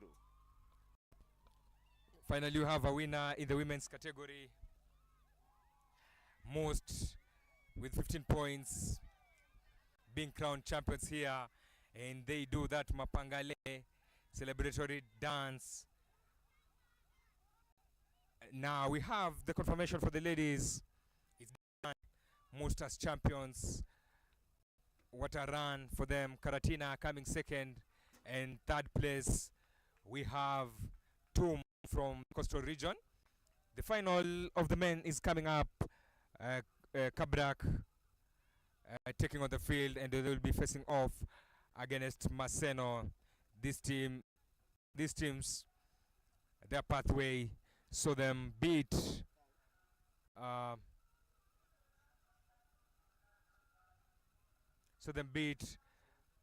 Kafu or Kemos University, that is Kabrak.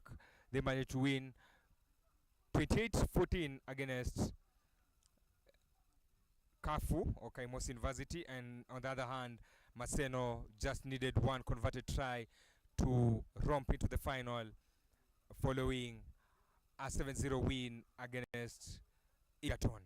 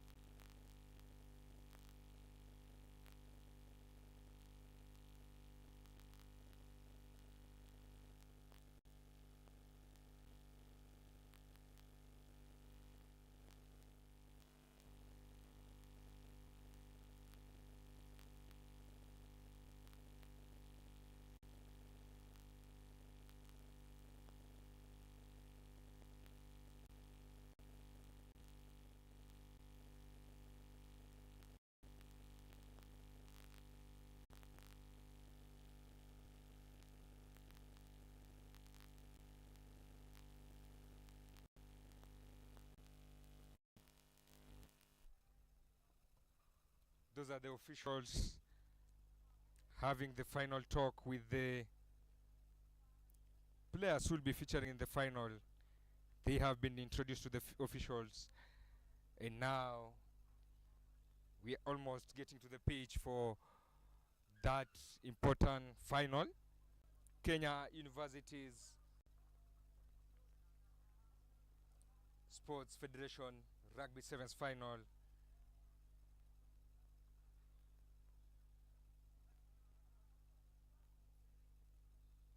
Maseno taking on Kabak.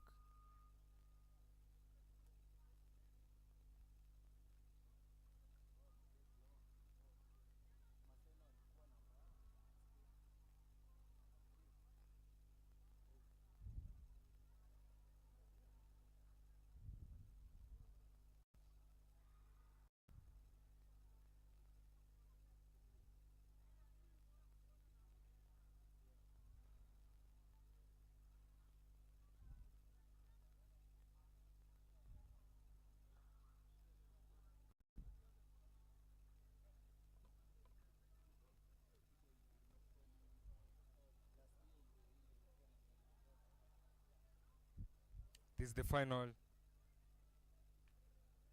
Center referee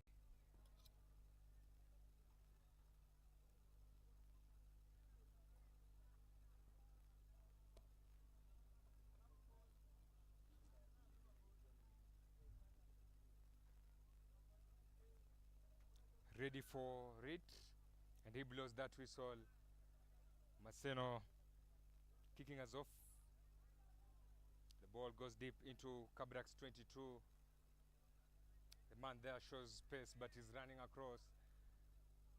Will he be able to create something from it? Yes, he does.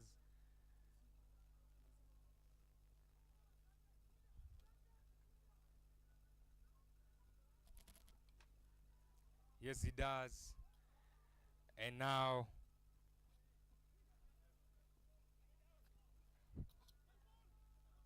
Kabrak on the attack.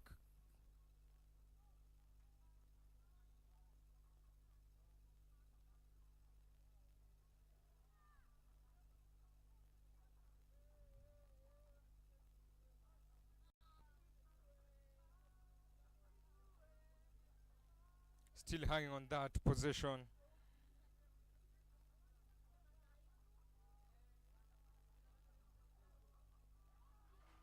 A kick and chase.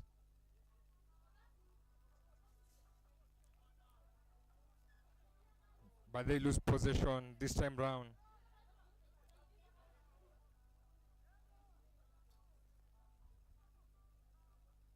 Still 0-0 here at the most grounds.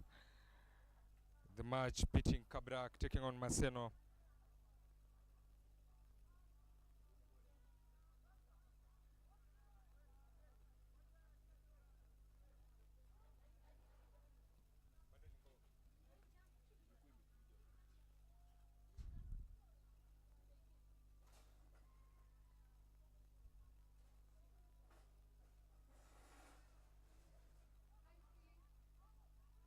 Penalty for Maseno.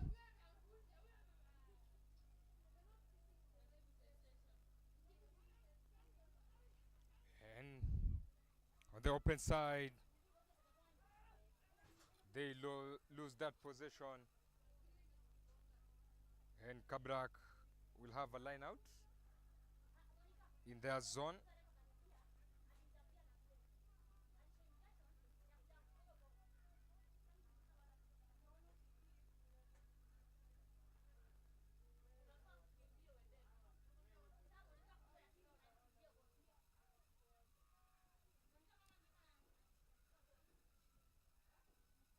Maseno, the man there carrying the ball in one hand, running across, gives a loose pass.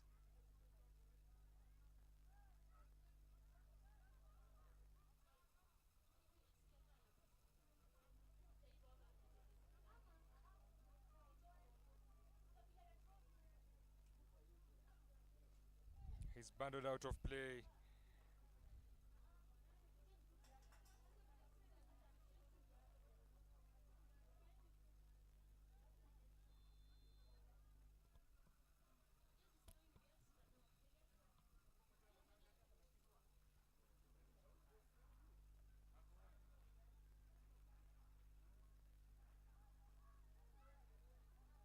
After 14 minutes of play, we will be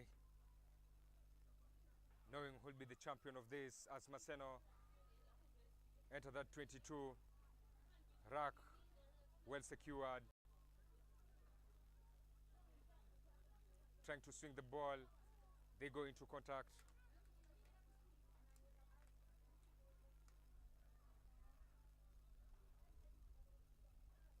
The referee spots a forward pass, but we go back to an initial infringement of an offside, and they have been penalized, meaning the Kabrak will still be on the back foot.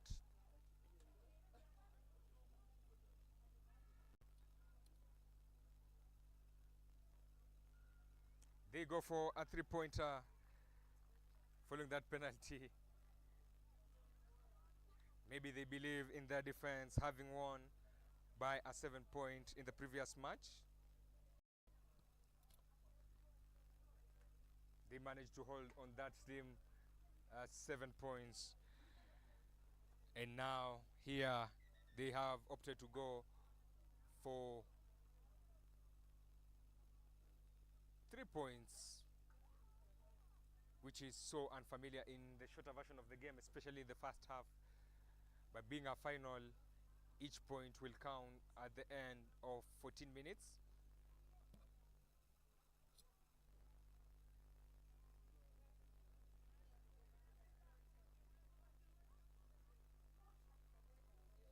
Highly raised. Kabrak fielded it well. Selsadami releases it to his man, tackled. As I told you, it's a dusty affair. This being the dry season in these parts of Western. Kabrak almost getting a break there. Series of passes, but it is stolen. And now is a chance for Maseno to take it, but the man runs out of play.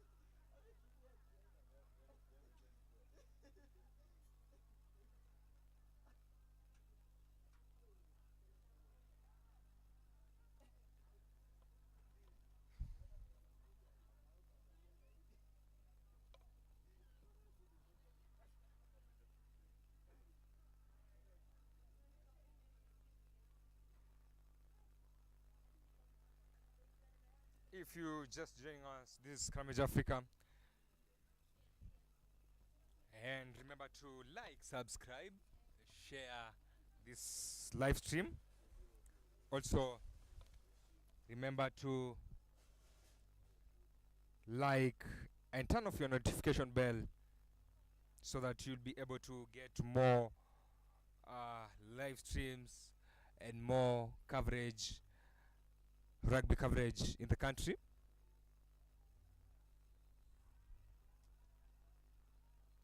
At the moment, it's Maseno who are leading.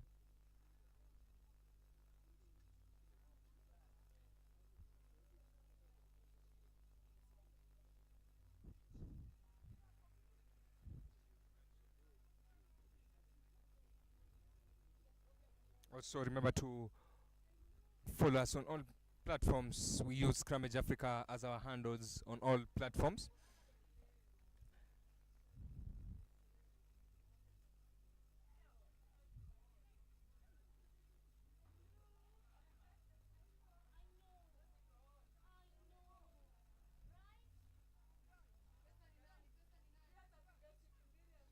Kabrak with a break, offload, the man puts gas on pedal, and they have an equalizing, no, a try that gives them the lead. It's now 5-3. Maybe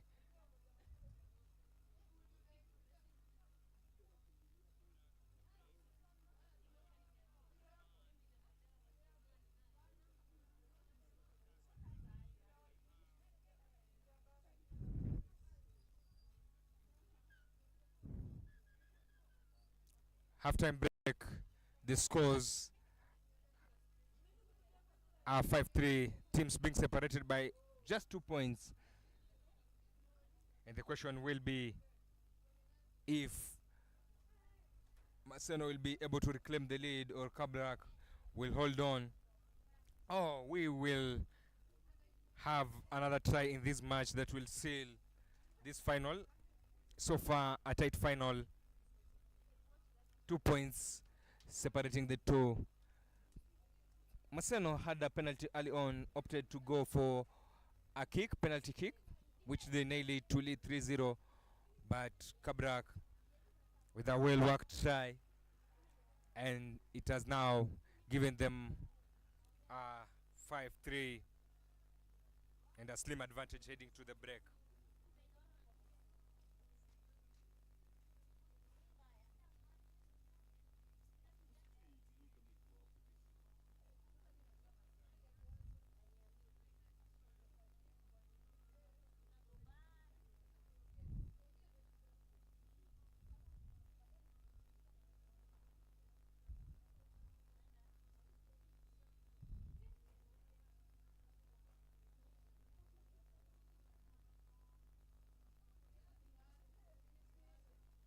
Halftime break, if you're just joining us, and this is the opportunity that you can use to subscribe, like, and share this link to friends and family to be able to enjoy their sons in action and their universities in action. Represent them diligently. We still have crucial 7 minutes coming up live here on Scrummage Africa. Just to remind you to keep on subscribing, liking, and sharing.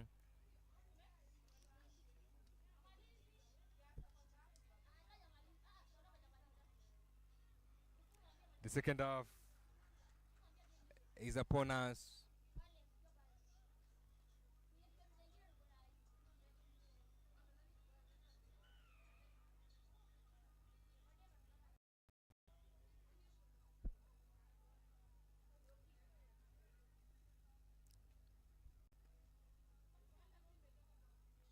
Maseno running the ball to the right side, cuts in, spots a big gap, goes into contact,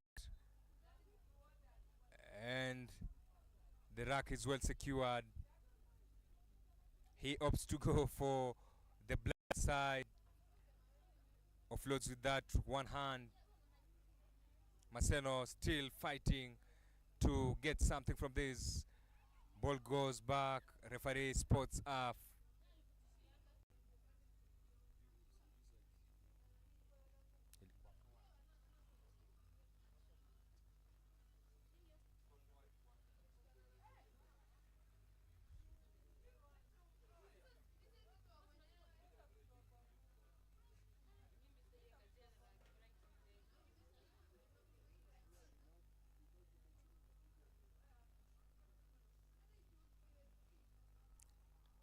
Chance for Kabrak to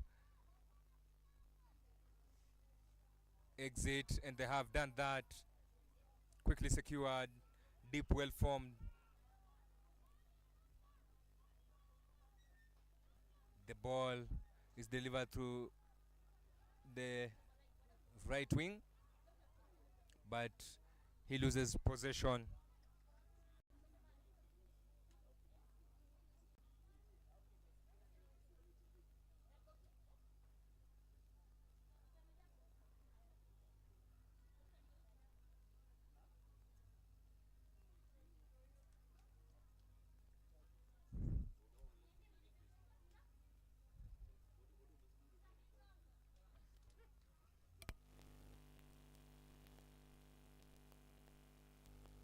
Maseno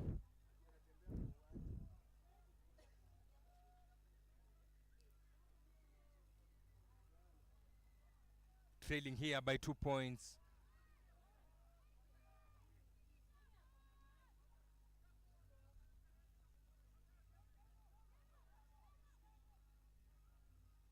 Long pass delivered. Maseno still working hard, and they attempt to go for A kick, well chased down, but he kicks it out of play.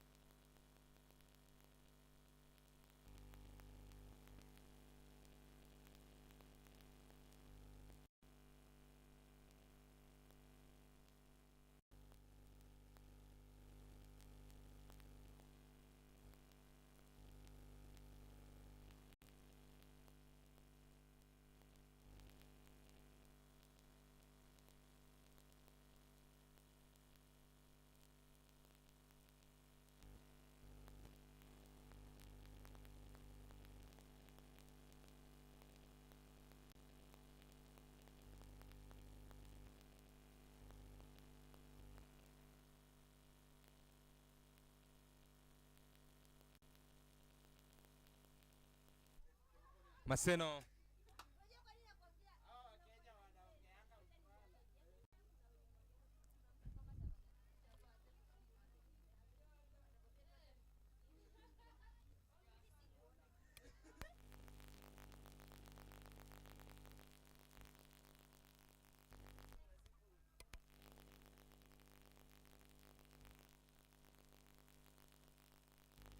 attacking line out for Maseno. 2 points gap. They have been using that line out tactic and it has been working well for them. They decide to run the ball to the right side. A chance for them, but it goes inside that shoulder. Taken down. Ball open. Referee spots a knock on.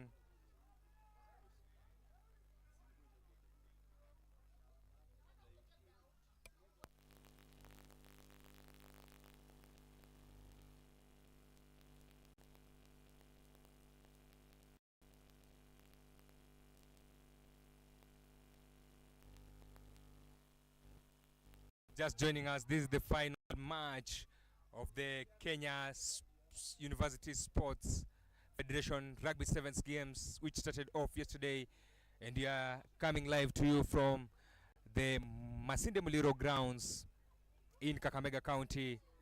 Kabrak up to kick. They retain possession. That is Maseno.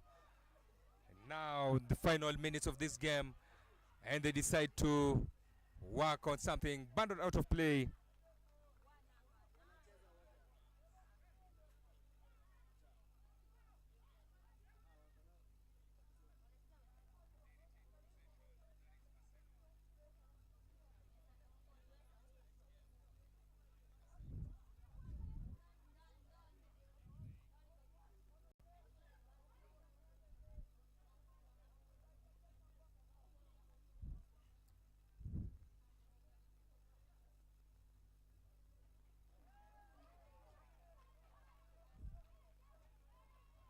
Half penalty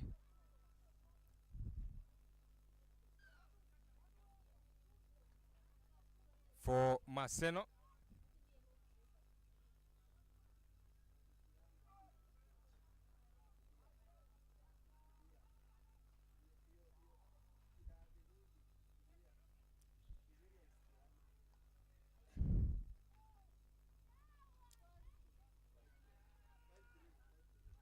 Finally, you have a champion. That 2-point gap, they managed to hold on to it. All the second half attempts by Maseno have not paid off.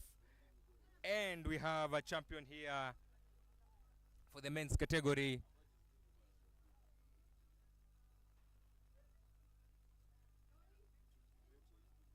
Kabrak being champions, courtesy of a 5-3 win here at the Masinde Muliro grounds.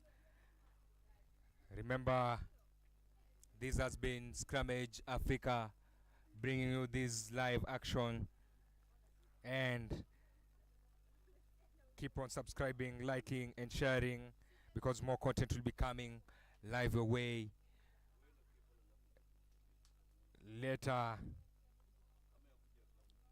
this week and this year. So keep on subscribing, keep on liking.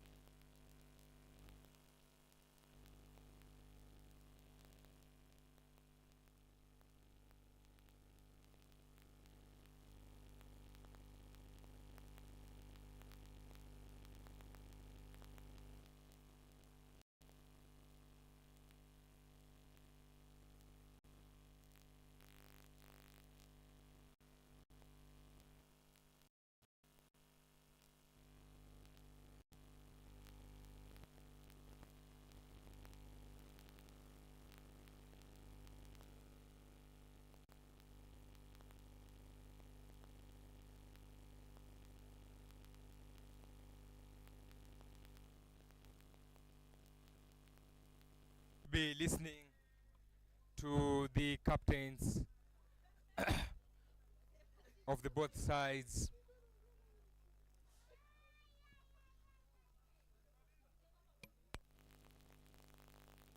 Listening to captains from both sides, and later on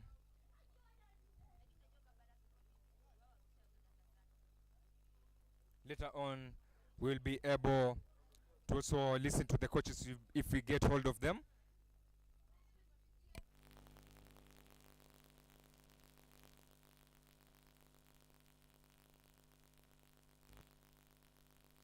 We'll be listening to the captains, what they feel about the two-day action, and later on we'll get to hear from the coaches if we'll be able to get hold of them. But a good outing here for Kabrak.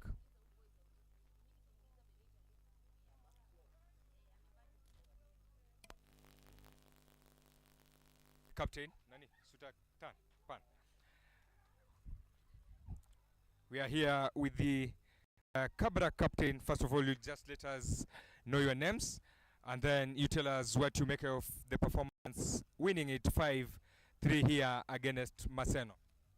My name is Brian Achacha. I'm playing at the center forward of the Kabarak team. So today match was really interesting. Actually, Maseno University really played their game. We struggled a bit in the second half to contain the ball.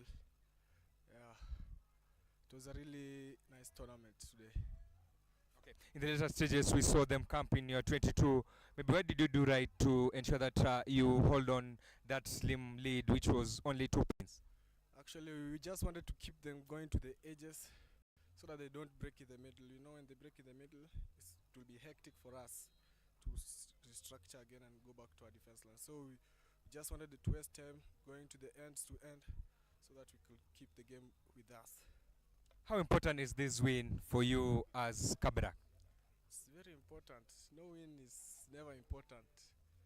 Being the KUSF champions, wait for next year, we take again. The trophy remains in Kabarak, our pride. Okay, congratulations, Achacha. And maybe what are your targets heading back, maybe to the Eric Shali Shield and maybe the Kenya Cup at Menengai Oilers? I think we are facing Cabras this weekend. So for us to secure home semis, we must get some points from that game. Thank you very much. Enjoy your win.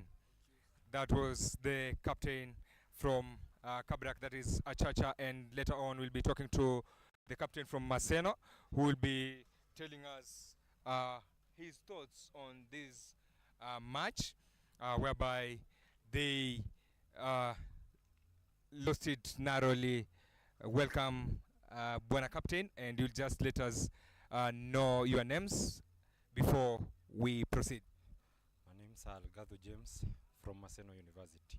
Okay, Gadu, 7-0 win in the semi-final, and later on 5-3 loss in the final. What do you make of your performance? What I can say, my team has done their best. We have done what we are supposed to do. I can say there was a teammate error, or so a team effort, but it didn't go away. We try another time. Okay, maybe a question that I've been asking myself, that first half penalty, you opted to go for 3 points and not maybe try to get 5. What informed the decision? You can see both teams, it is a final. We are not gambling. They are good on defense. We are good on defense. You have seen we have taken some lineouts, scrums, but it ended up not having a try. But already the 3 points, they were easy 3 points, and it was a kickable kick. So that's why we took the kick. Okay, are you proud of your boys' performance coming all this way to the final? I'm very proud. As we started with a heavy loss, but we resembled, we talked, we did what we talked on what we did not do, and we say we'll correct. And for all the other matches, we have corrected our mistakes. That was what has driven us to the final. But the final, let's say it didn't work for us. Okay. Yeah. Okay, thank you very much, Buena Captain. We'll be listening also to the coaches. Maybe we can start off with the winning coach from Kabrak University, and then later on we'll be listening to the other coach from, so maybe coach, 5-3 win for your boys. What do you make of the performance? That was exemplary, right from the weather. The weather is so hot, but I was sure. I trust my boys. I know how much we are putting them, and of course I was waiting for the win. You are waiting for the win, but at some point we had Maseno leading by 3 points. Maybe at that point, what was going through your mind? Now I was not worried at that time because we still had time. So, but of course I was jittery, not knowing exactly the next few minutes what will happen. But I was composed. Yes.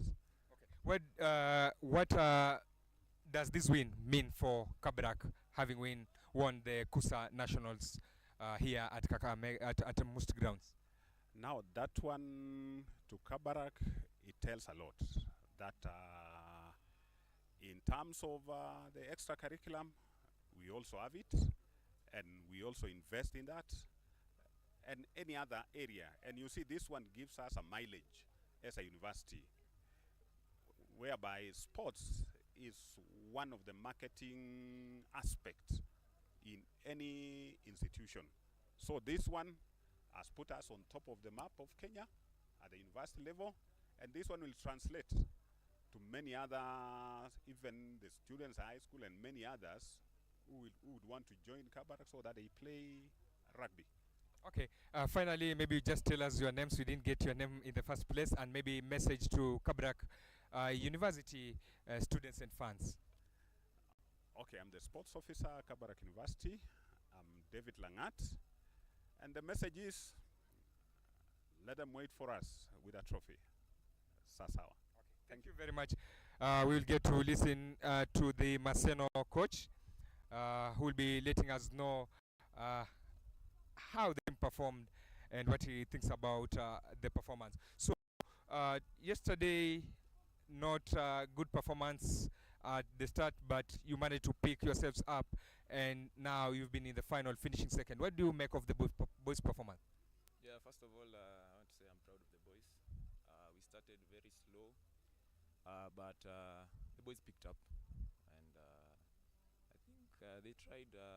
We were eyeing for the big prize, but we came up short. But I'm very proud for of the boys. Okay, later in the stages in the final, we saw some struggles in terms of attacking because you had most of the possession. You were in the 22, but you did not manage to break the defense. What went wrong? I think I have to give credit to the Kabarak side. They had a good defense, and I think also the weather came into play. We had 3 matches today, so I think the Kabarak side were good in the defense, but we tried. We had some knock-ons. I think too much, I can say, but the boys tried. Yeah. Okay. Then what next for Maseno after this victory? I think there's a big future ahead. We struggled in the shorter version in the past, I can say, but I think there's some improvements, and I'm very excited for the future. Yeah. Okay. Finally, your names and message to Kabrak Maseno University fans. My name's Matthias Labaru. I think what I can tell the Maseno fans, they should expect more from the boys.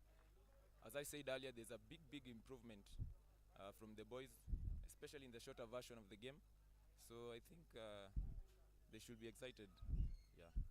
Thank you very much. That was the coach from Maseno telling us how he's happy with the performances of his charges having picked up. So I think that should be the end of our production today from Scrummage Africa team and my colleagues. We say thank you very much for tuning in. Remember to subscribe, like, share on our platforms because more content will be coming your way this year. So keep on subscribing, following us on all platforms, and keep supporting Scrummage Africa. Thank you very much.